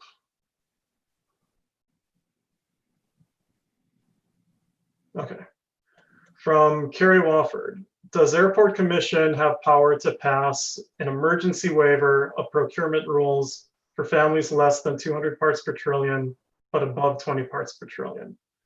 If not, would you agree to formally request it from Massachusetts Attorney General? Mr. Macarius, do you want to address that if you're there? Sorry, you're on mute. My apologies. I think the question is really, how can the airport seek ways to work around the procurement rules so that you can move more quickly than with them. The short answer is that request comes from the airport to the Department of Capital Asset Management. Excuse me, I think the first part of the question was, can the airport itself take any action? And the answer is no, without getting that emergency waiver from DCAM, not the AG, but DCAM. To be able to show that, you need to show that the procurement timeline is too long given the emergency that's at issue. So Mr. Turbot earlier mentioned the water main break. That's your typical reason for an emergency procurement waiver. In the conversations we've had with DEP about how quickly they require addressing the findings of over 20 parts per trillion, they instructed the airport to prioritize over 200 parts per trillion, then the 20 parts per trillion. And so DEP hasn't stated as an emergency on their end. That would be less than the normal 2 to 6 week turnaround. That being said, the airport, by going through the task order and by starting the procurement process, is moving as fast as it can within those procurement timelines. Thank you. From Matt Peel, should we not be bathing in this water? How is this affecting our children? I think that's I think the only answer we can give, because we're not doctors or scientists, the only answer we can give is that the DEP has determined that more than 200 parts per trillion is a derma hazard. Therefore, that means that I think that it can cause problems if it is bathed in. Mr. Macarius, do you want to say something? I do, Mr. Chair. I apologize.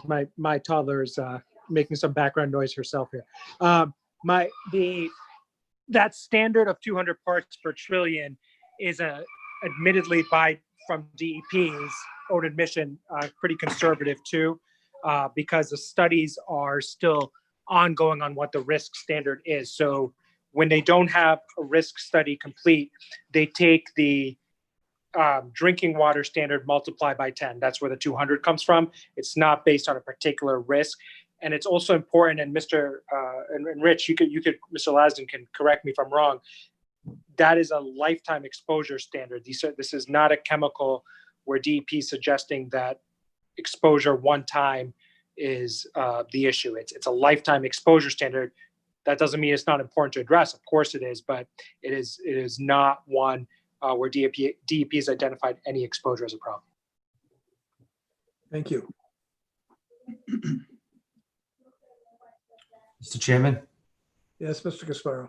Might I suggest that as part of the next informational session, we consider, being sure that the consultants are prepared with a little more information in terms of, health risks. I believe there's a DEP fact sheet. Maybe that ends up on the website, because I am hearing, a lot of concern along those lines. And perhaps, we could have somebody that could, as a consultant or sub-consultant, speak to some of that. We've talked about having somebody from DEP at that meeting. Whether that will be successful in getting them to attend, I don't know, but that would be ideal. If not, then maybe our own LSP or somebody that might be able to, explain that a little bit better. Right. Thank you. And for your reference, Mr. Chairman, I've been through about 6 pages of questions and comments, and it appears that there's one more page remaining pending anything that's posted. Okay. From David Sculthorpe, can those who have positive tests but below the threshold level get a POET installed? Drinking water is nice, but what about showering, laundry, etc.? Well, I don't know whether he means the 20 parts per trillion threshold or the 200 parts per trillion threshold. If it's under 200 parts per trillion, yes, you will get a POET system. But if it's under 20 parts per trillion, as my understanding is, they're not entitled to one. that correct, Mr. Lasden? That is correct. From Karen Barr, how long has the airport been aware of this crisis? What year did the initial testing for PFAS begin? I think we talked about that. It's basically been the last 7 months. And I'm sorry to the poster for pronunciation of her last name, is Miss Anne Fanu. Can you get the West Side residents the access agreements tomorrow? Mr. Lasden? We are working on obtaining contact information, and once we obtain contact information, we send out the access agreements. They So go yes. out, how do they go out? By mail? Email. Email? From Margaret Layden, will there be an expert explaining how this has affected our water usage? Again, that goes back to the same question. Hopefully, we will have information available at the information session about potential impacts. Okay, I'm going to skip over a similar question. I have a question, but it's not given with a respondent's name. So I'm skipping over that question. Please. I have a question from a Ted Giletti through Andrea Giletti. What was done in respect to Dr. John Kuhn's presentation 12 December 2018 to ZBA and subsequent? I'm not familiar with that presentation. From Molly Glazer, may I get a test during this phase even if I pay for it? Again, she would have to arrange for it privately. We can give her names to call.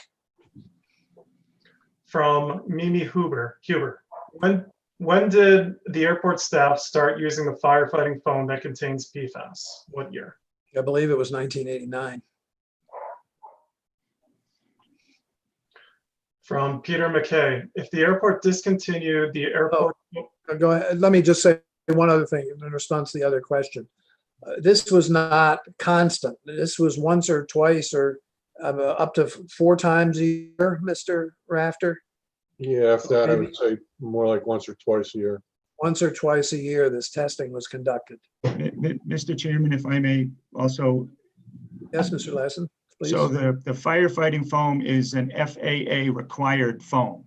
We were directed by the federal government to use this foam.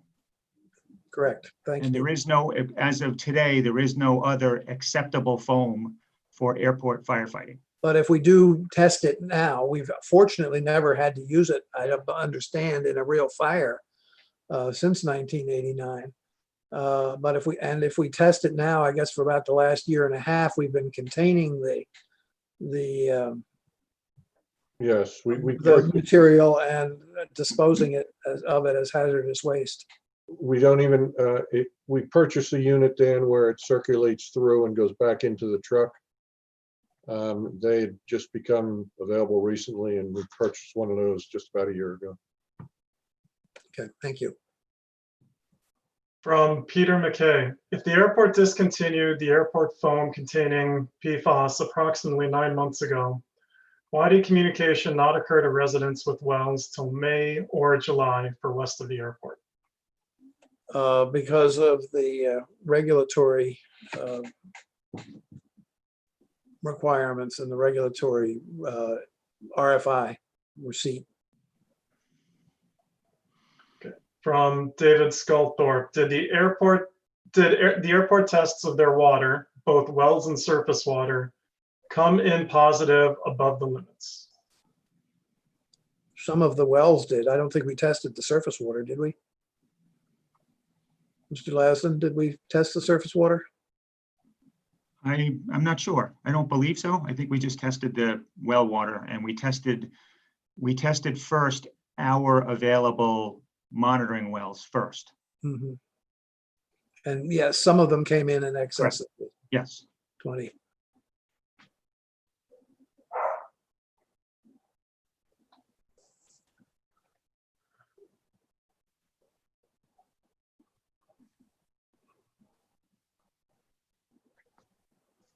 From Peter McKay, why do you only address questions, not comments? There have been a number of very relevant comments the commission members need to hear.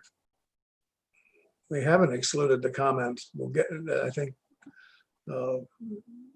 we will listen to the comments.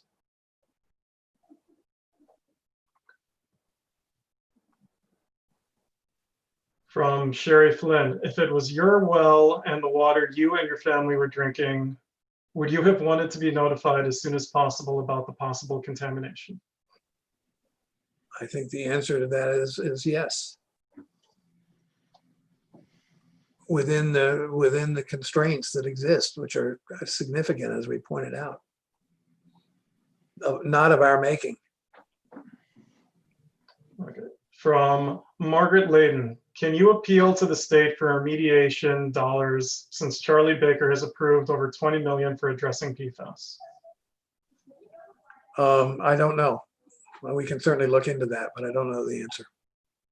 Mr. Chair, I can say that we looked at the bill that had that funding in it, and none applied for airports directly that are addressing this issue at this point, at least. And I know there were efforts by some municipal airports to try to get some of that funding in the bill, but that wasn't earmarked for it. Thank you. A question from Suzanne Daub. Are area residents being advised to not drink or cook with or bathe in their well water? Mr. Mercurius, do you want to address that? Or Mr. Lasden? I believe that there has not been an advisory to that effect. If there is somebody who tests above the 20 parts per trillion, they're provided bottled water. Again, I think Mr. Gaspar referred to the DEP fact sheet. Perhaps that can be added to the website, but that provides a lot of the background on sort of the safety issue here, which is what I know most people's questions are about. And Mr. Lasden, I don't know if you have anything to add to that. Right now, we are providing bottled water to all people above non-detect, should they request it. People above the 20 get the PFAS, get the POET system. But we are providing bottled water to other folks also.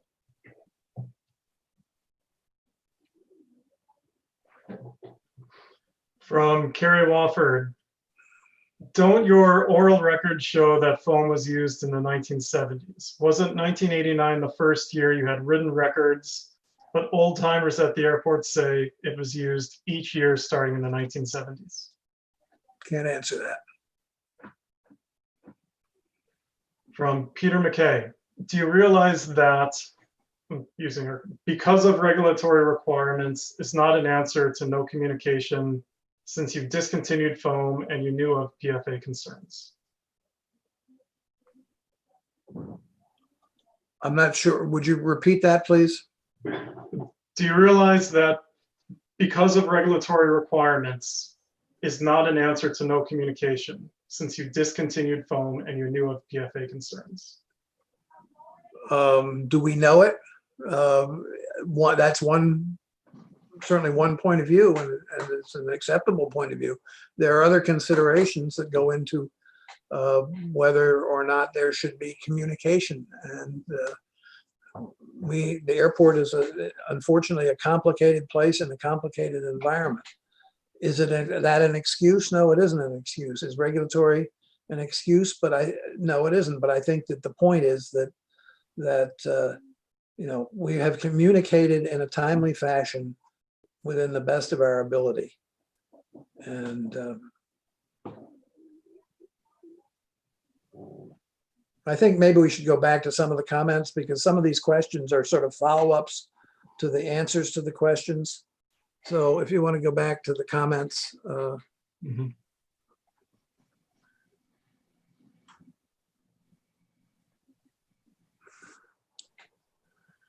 Back to the beginning from William Cassidy. Thank you, Mr. Buscarin. It makes sense to act quickly, and hopefully this is still within all but the southerly boundaries or immediately downstream of flow.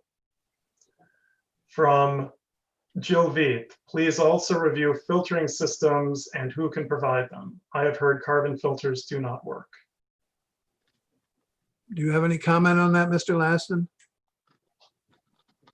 There are multiple types of filter systems out there. Carbon is one of them. There's the membrane system or resin system that we are using. Each system has its own limitations as functionality based on concentrations and flow rate and other stuff. So I think if I could just jump in there, I don't think it's our position to advise anybody on what the best filter for, other than the ones that we are providing to respond to this specific issue, what filters they should consider.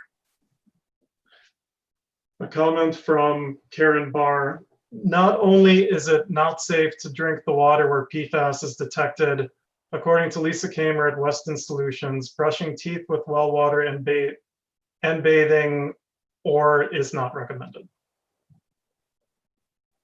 All right. We can't comment on that. Weston isn't represented here.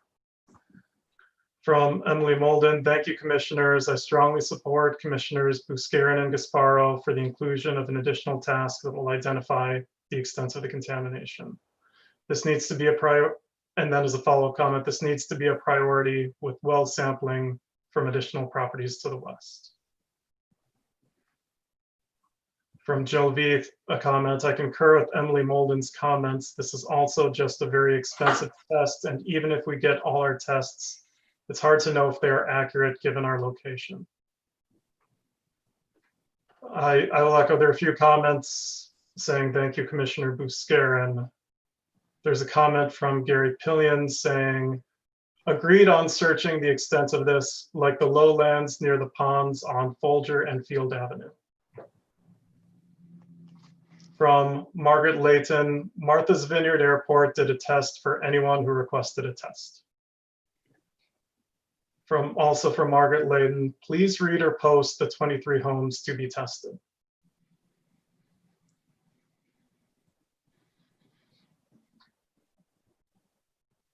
I'm skipping a couple of repetitive comments.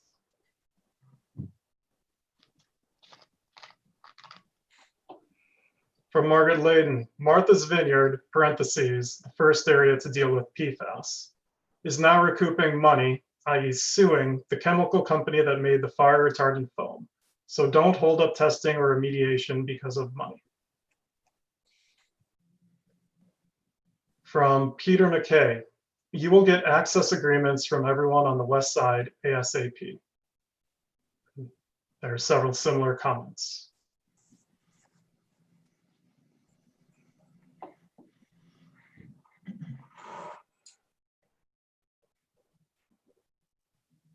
Several additional comments to please list the addresses and address the north side.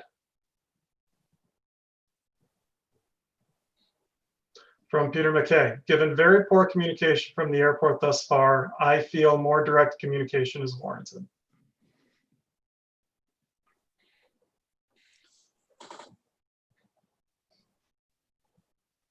From Sherry Flynn, Weston was hired in 2019, so the commission has known about potential contamination long before April.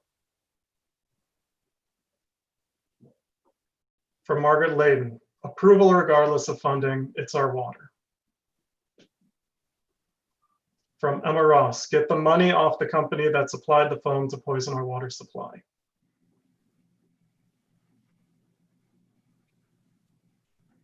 Several following comments to the extent that that's what Martha's Vineyard did.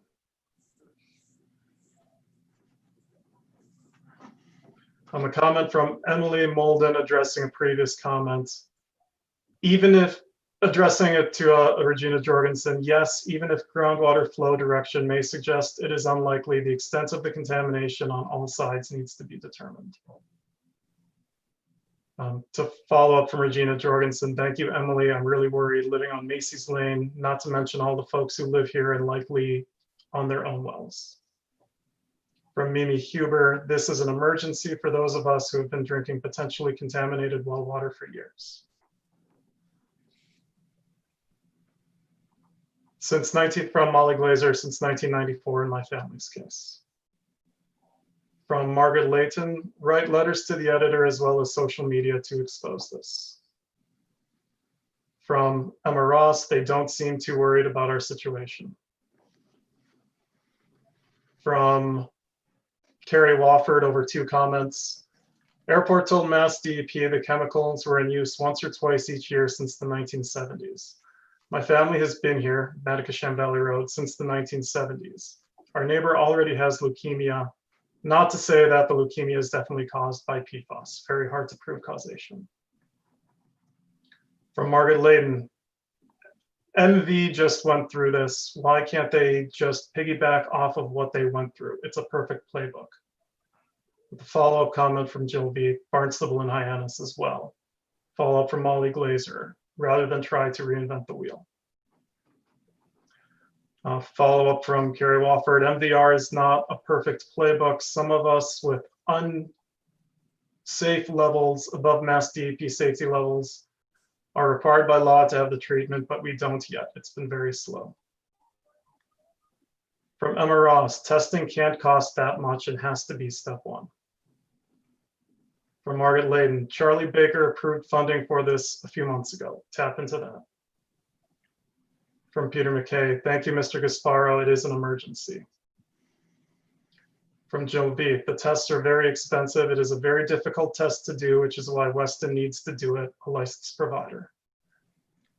Discussion on costs from the quotes, cost for the testing for Molly Glazier, Jill B, and others.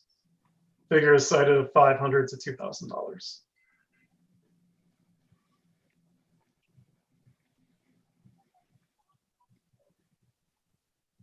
I'm culling through some comments that I believe are repetitive.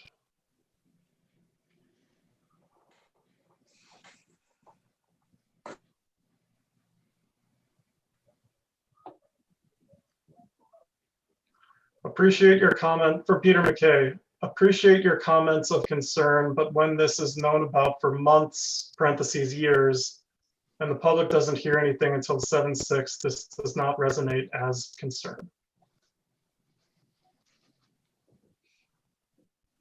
From Mimi Huber, you're kidding, right, Dan? If you've known about this for much longer than the past week since we found out about this issue, I don't think our health and well-being are your top concern. From Emma Ross, totally kept in the dark when we should have been alerted. They could have easily tested 1 or 2 wells on the west side when the whole thing begun. From Margaret Layden, since you, parentheses, commission are so concerned, start sending bottled water.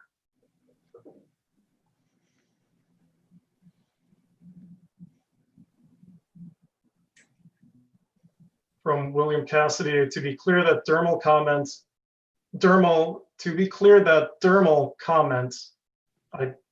means that you shouldn't let the water touch you or anything live you care about.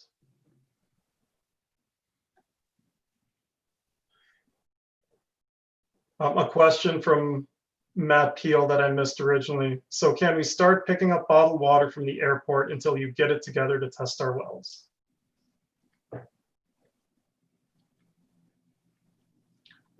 A comment from Mimi Huber. There are no systems except POET systems that filter PFAS. Bottled water also contains PFAS, parentheses, plastic, but not in the concentration that could be present in our wells. From Karen Barr, utilization of well water with PFAS should be limited to toilets only.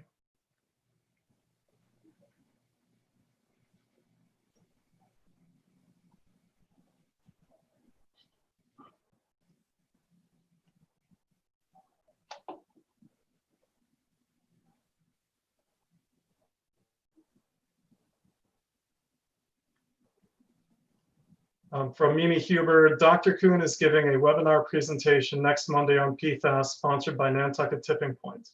Link is available to anyone who registers. Info is on their website, I believe.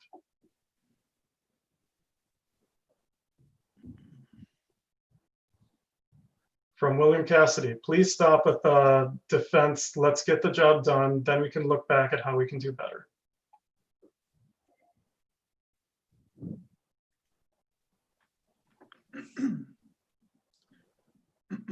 From Emily Molden, a comment, sampling of monitoring wells on the western side of airport property and west of all deployment sites Detected levels greater than 20 parts per trillion. Groundwater flow can vary. This suggests Western testing is necessary and also reinforces the need to fully determine the extent of the plume now and in the future.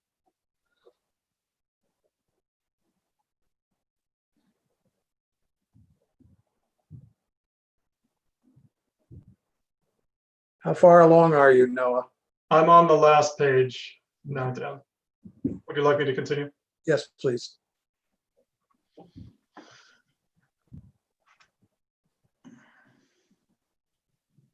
Andrea Giletti from Ted Giletti.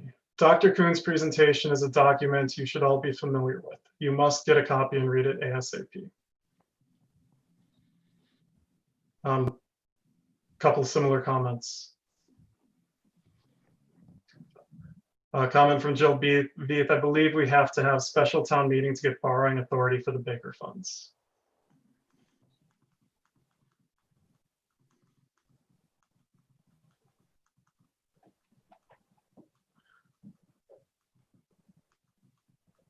From Molly Glazer, a comment, bottled water doesn't answer the question about laundry and bathing.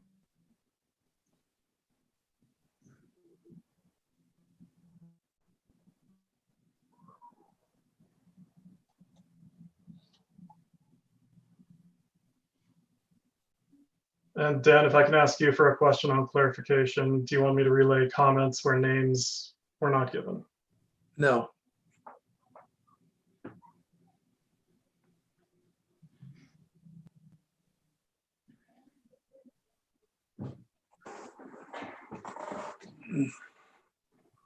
Thankfully, from William Cassidy, thankfully, a majority of the commission recognizes that it represents the public.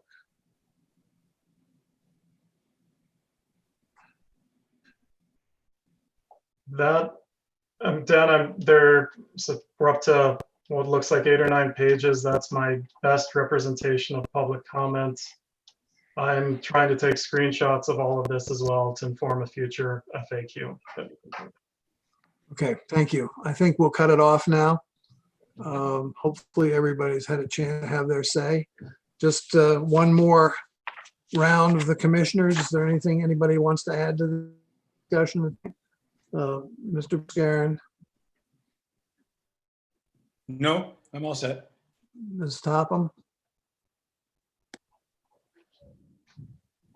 Think that we need to let the people in the neighborhoods know that we do care and we're doing as much as we can with the information that we have got and all. So I just don't want them to feel that Nantucket or the commission is not caring for them. Mr. Gasparo? I would echo that. I think that it's important based on some of these comments that the public understands that the commission, while this has been handled at a staff level for a period of time, has only very recently become aware of the extent of some of these issues. And as soon as we did, we started authorizing contracts with licensed site professionals. And that's been, in the works really since I think the notices from DEP. And, we really had the first discussion, or understood, I did, the extent of the results of some of the tests at the last meeting. And we immediately convened an environmental subcommittee meeting. I think it was 3 days later, which led to the development of the task order that was approved tonight. And so I just would also like to convey, I hope the public understands how much I think we all care, and I know I certainly do. Thank you. All right, I'd just like to echo what Mrs. Topham said. I don't think anybody here doesn't feel for the people who are affected by this. There are other issues at play from the airport standpoint that we haven't gone into here. I don't think we need to, but we are, believe me, we're moving along on this as fast as we can. I hope you'll just accept that, but I also encourage you to remain skeptical until we produce. Thank you. All right, let's move along here. Mr. Rafter, do you want to talk about the ASMP grant award? Yeah, we have a ASMP grant for runway 1533 pavement markings in the amount of $194,478.40. Initially, that was supposed to be, as I mentioned earlier, also 1230, but it didn't. The material was expended on runway 1533. So I think we need approval or to accept Yeah, that grant. We have a motion to accept the grant, the ASMP grant. I would make a motion to accept the MassDOT ASMP grant award. Is there a second? I'll second. Thank you. Any further discussion? Ms. Topham, all right, Mr. Buscarin, you're off mute. How do you vote? Aye. Ms. Topham, Aye. Mr. Gasparo? Aye. The chair votes aye.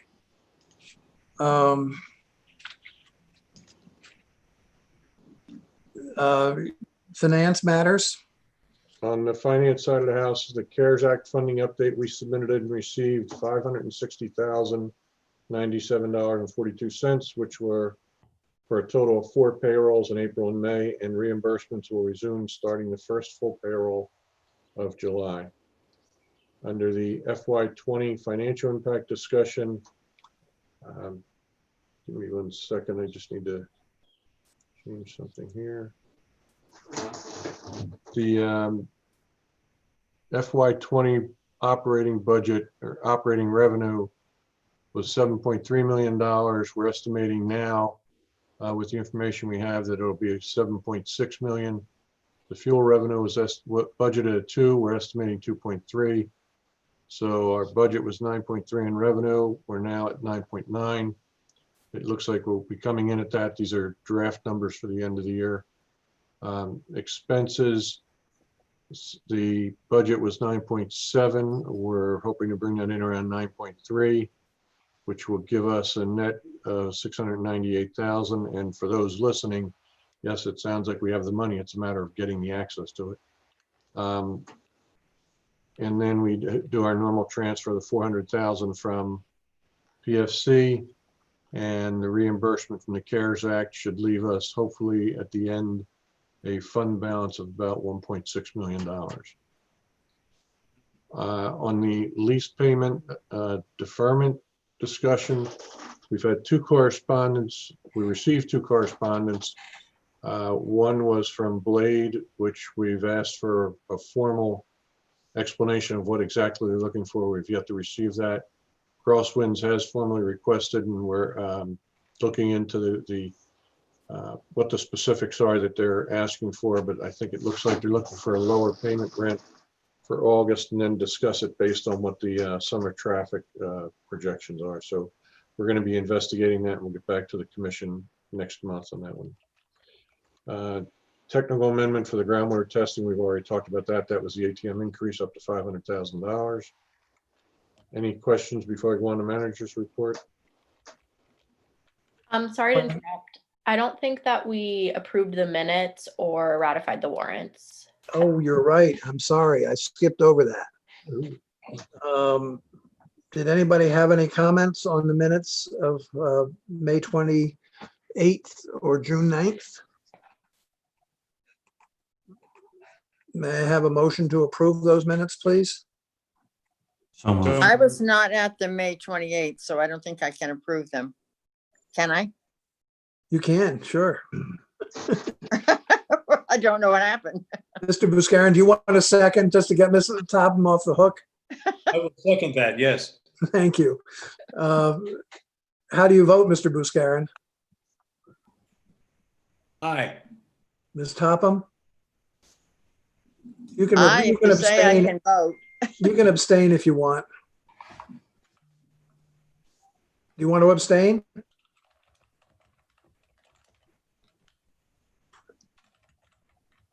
We'll take a nod of your head as a sign of yes.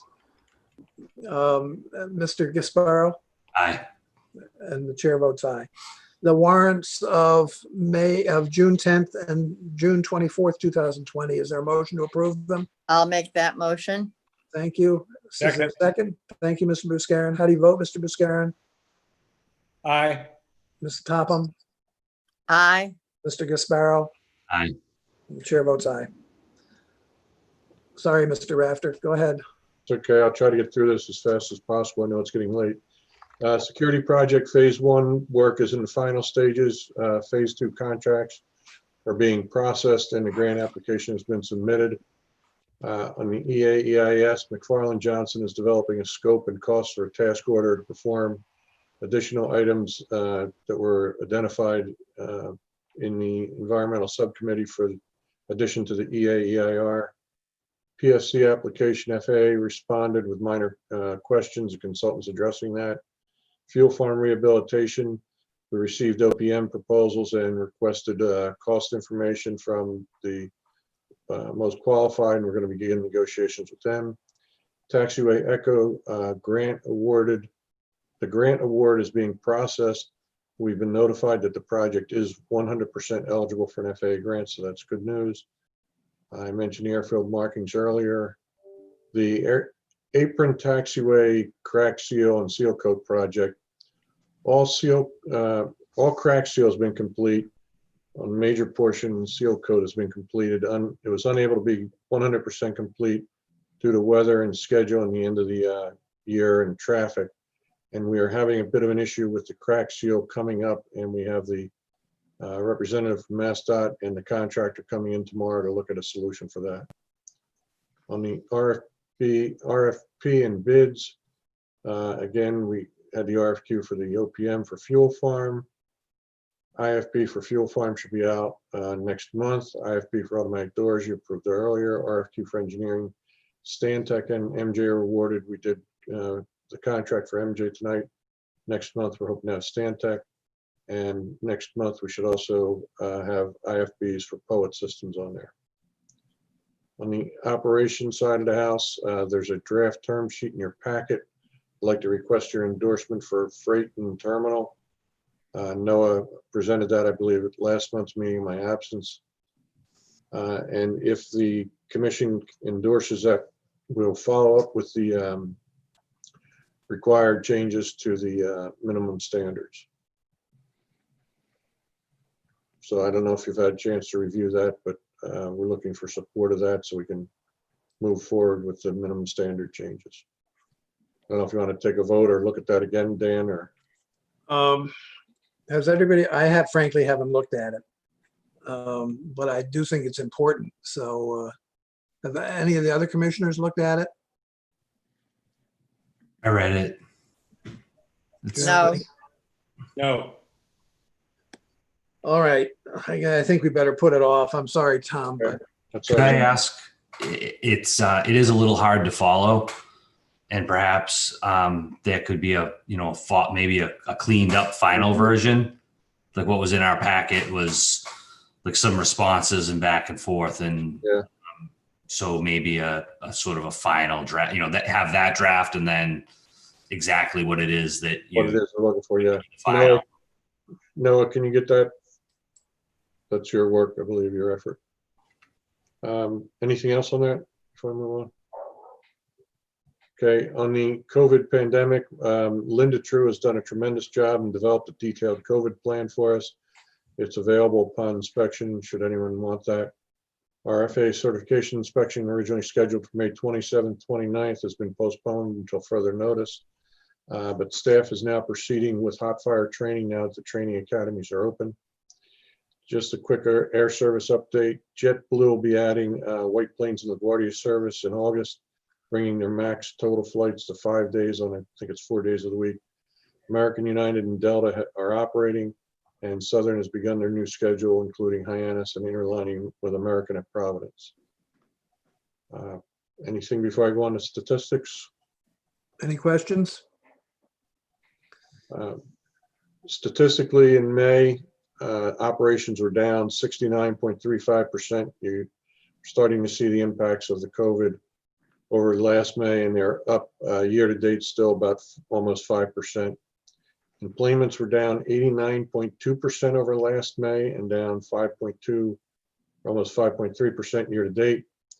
Cape Air saw an 86% decrease in employments. Nantucket Air was down 46%.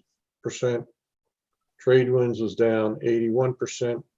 In the Boston market, Cape Air had a 91% decrease. New Bedford traffic was down 81. Hyannis Market for May, Cape Air was up actually 95 passengers. Nantucket Air was down 242 passengers. So overall, the market was down 147 passengers, 27%. Vineyard traffic was down 66% or 19 passengers.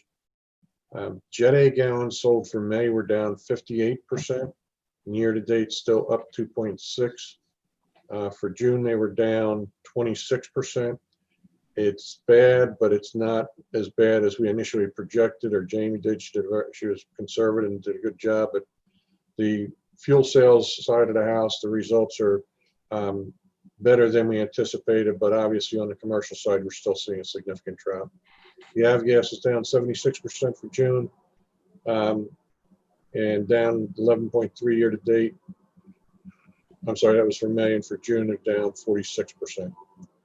Freight for May was down 30% over last May, and year to date 8.5%. And noise complaints were 12 in June as opposed to 9 last year.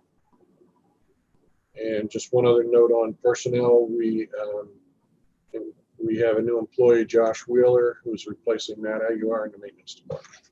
That's my report. Thank you. Any questions for Mr. Rafter? Are there any comments by the commissioners? I'm not sure whether, if I could, Mr. Chairman, if it falls under the projects or commissioners' comments. So since you've asked for both, if I could jump in at this point. How about an update, please, on the EIR filing and the discussion from the subcommittee meeting related to the scope of the study for the south ramp expansion? Yeah, that I'm going to ask Noah to expound on that, but that's where I said that the McFarland is in the process of developing the scope and cost for that task order. Again, I was out during that period, and I don't know exactly what was to be looked for there, but my understanding is that's what they're working on, that will be dovetailed into the EIR submission. Or Mr. Lasden, maybe you can expand on that. Or again, I'm sorry, I wasn't at that meeting. But Noah or Rich, you got something to add to that? Mr. Chairman, yes, I will jump in. Yes, we are working on that scope and fee. We've had some early discussions. Yes, we did speak about it at the environmental subcommittee, and we've spoken in-house on what we have to do, and we're developing a scope and fee for that. And we will have that shortly. And to be clear, will the submission of the EIR be on hold until that's handled? It will be part of the submission, yes. Will we see that and have a Yes. chance to discuss it Absolutely, before the submission? yes. Thank you. As we finalize the scope, we will share it with you so that the commission understands, or with the airport, we'll share the scope with the airport, ensure that we're capturing your intent. So when would if I may, through you, Mr. Chairman, will you be envisioning your submission of the EIR now? I will have to look at the schedule and get back to you. I don't have the schedule with me offhand. Would you recommend, or maybe Tony through you also, Mr. Chair, should we be considering a follow-up subcommittee meeting to review that prior to bringing it back to the whole commission? That would seem probably appropriate. Yeah, I'd like to do that, considering what we discussed. It's all right with me. Okay. Thank you. That's all I had. Anybody else have any questions? I just have a comment. I think in light of the community outreach situation and comments made, I think we might want to make a phone call over to Martha's Vineyard just to see how they're handling that issue. Oh, I talked to them when it first came up for them, and it came up for them in a very different way. And there was a firestorm. I think our council may have some information. I don't want to throw you under the bus there, Mina, but I believe you did some work over there for this too. Yes, we've been representing the Martha's Vineyard Airport Commission. I'm sorry, on these issues since they came up and advising them on it. And I can tell you some of the same concerns came up.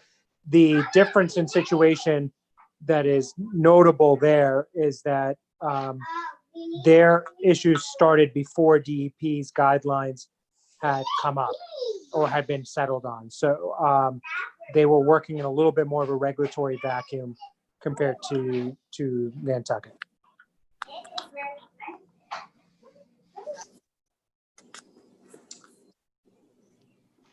Ms. Topham, do you have any comment? I do. I just wanted the people that have had all these comments and everything, not to think that I was taking them lightly. I think I'm really concerned about their concerns, and I hope that they understand that. I didn't want to seem too flippant about that we were doing what we could. So thank you. Thank you. We'll leave it open for just a minute for comments from the public on matters not involving things on the agenda tonight.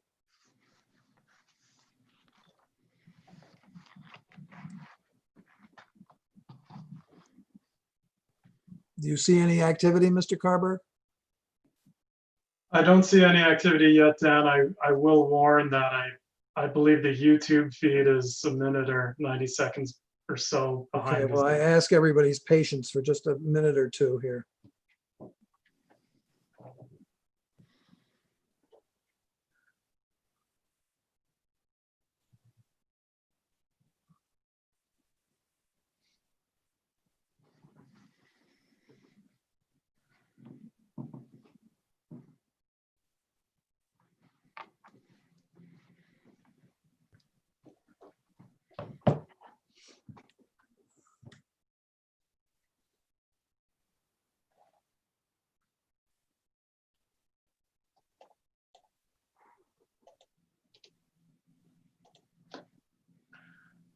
One comment just appeared, Dan. It's from William Cassidy. Jeanette, speaking for myself and several others, we care about your concern and compassion has never been in doubt.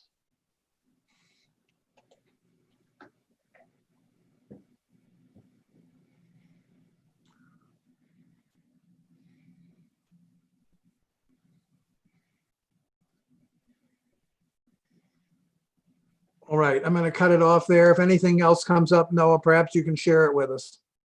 Affirmative. If there's nothing else, I will entertain a motion to adjourn. So moved. Is there a second? Mr. Buscarin, how do you vote? Aye. Ms. Topham, how do you vote? Aye. Mr. Gasparo, your vote? Aye. The chair votes aye. I just want to say thank you to everybody for your patience and for your participation in this meeting. It was a long meeting and not an easy meeting. So thank you all. Thank you. Thank you, Dan. Thank you.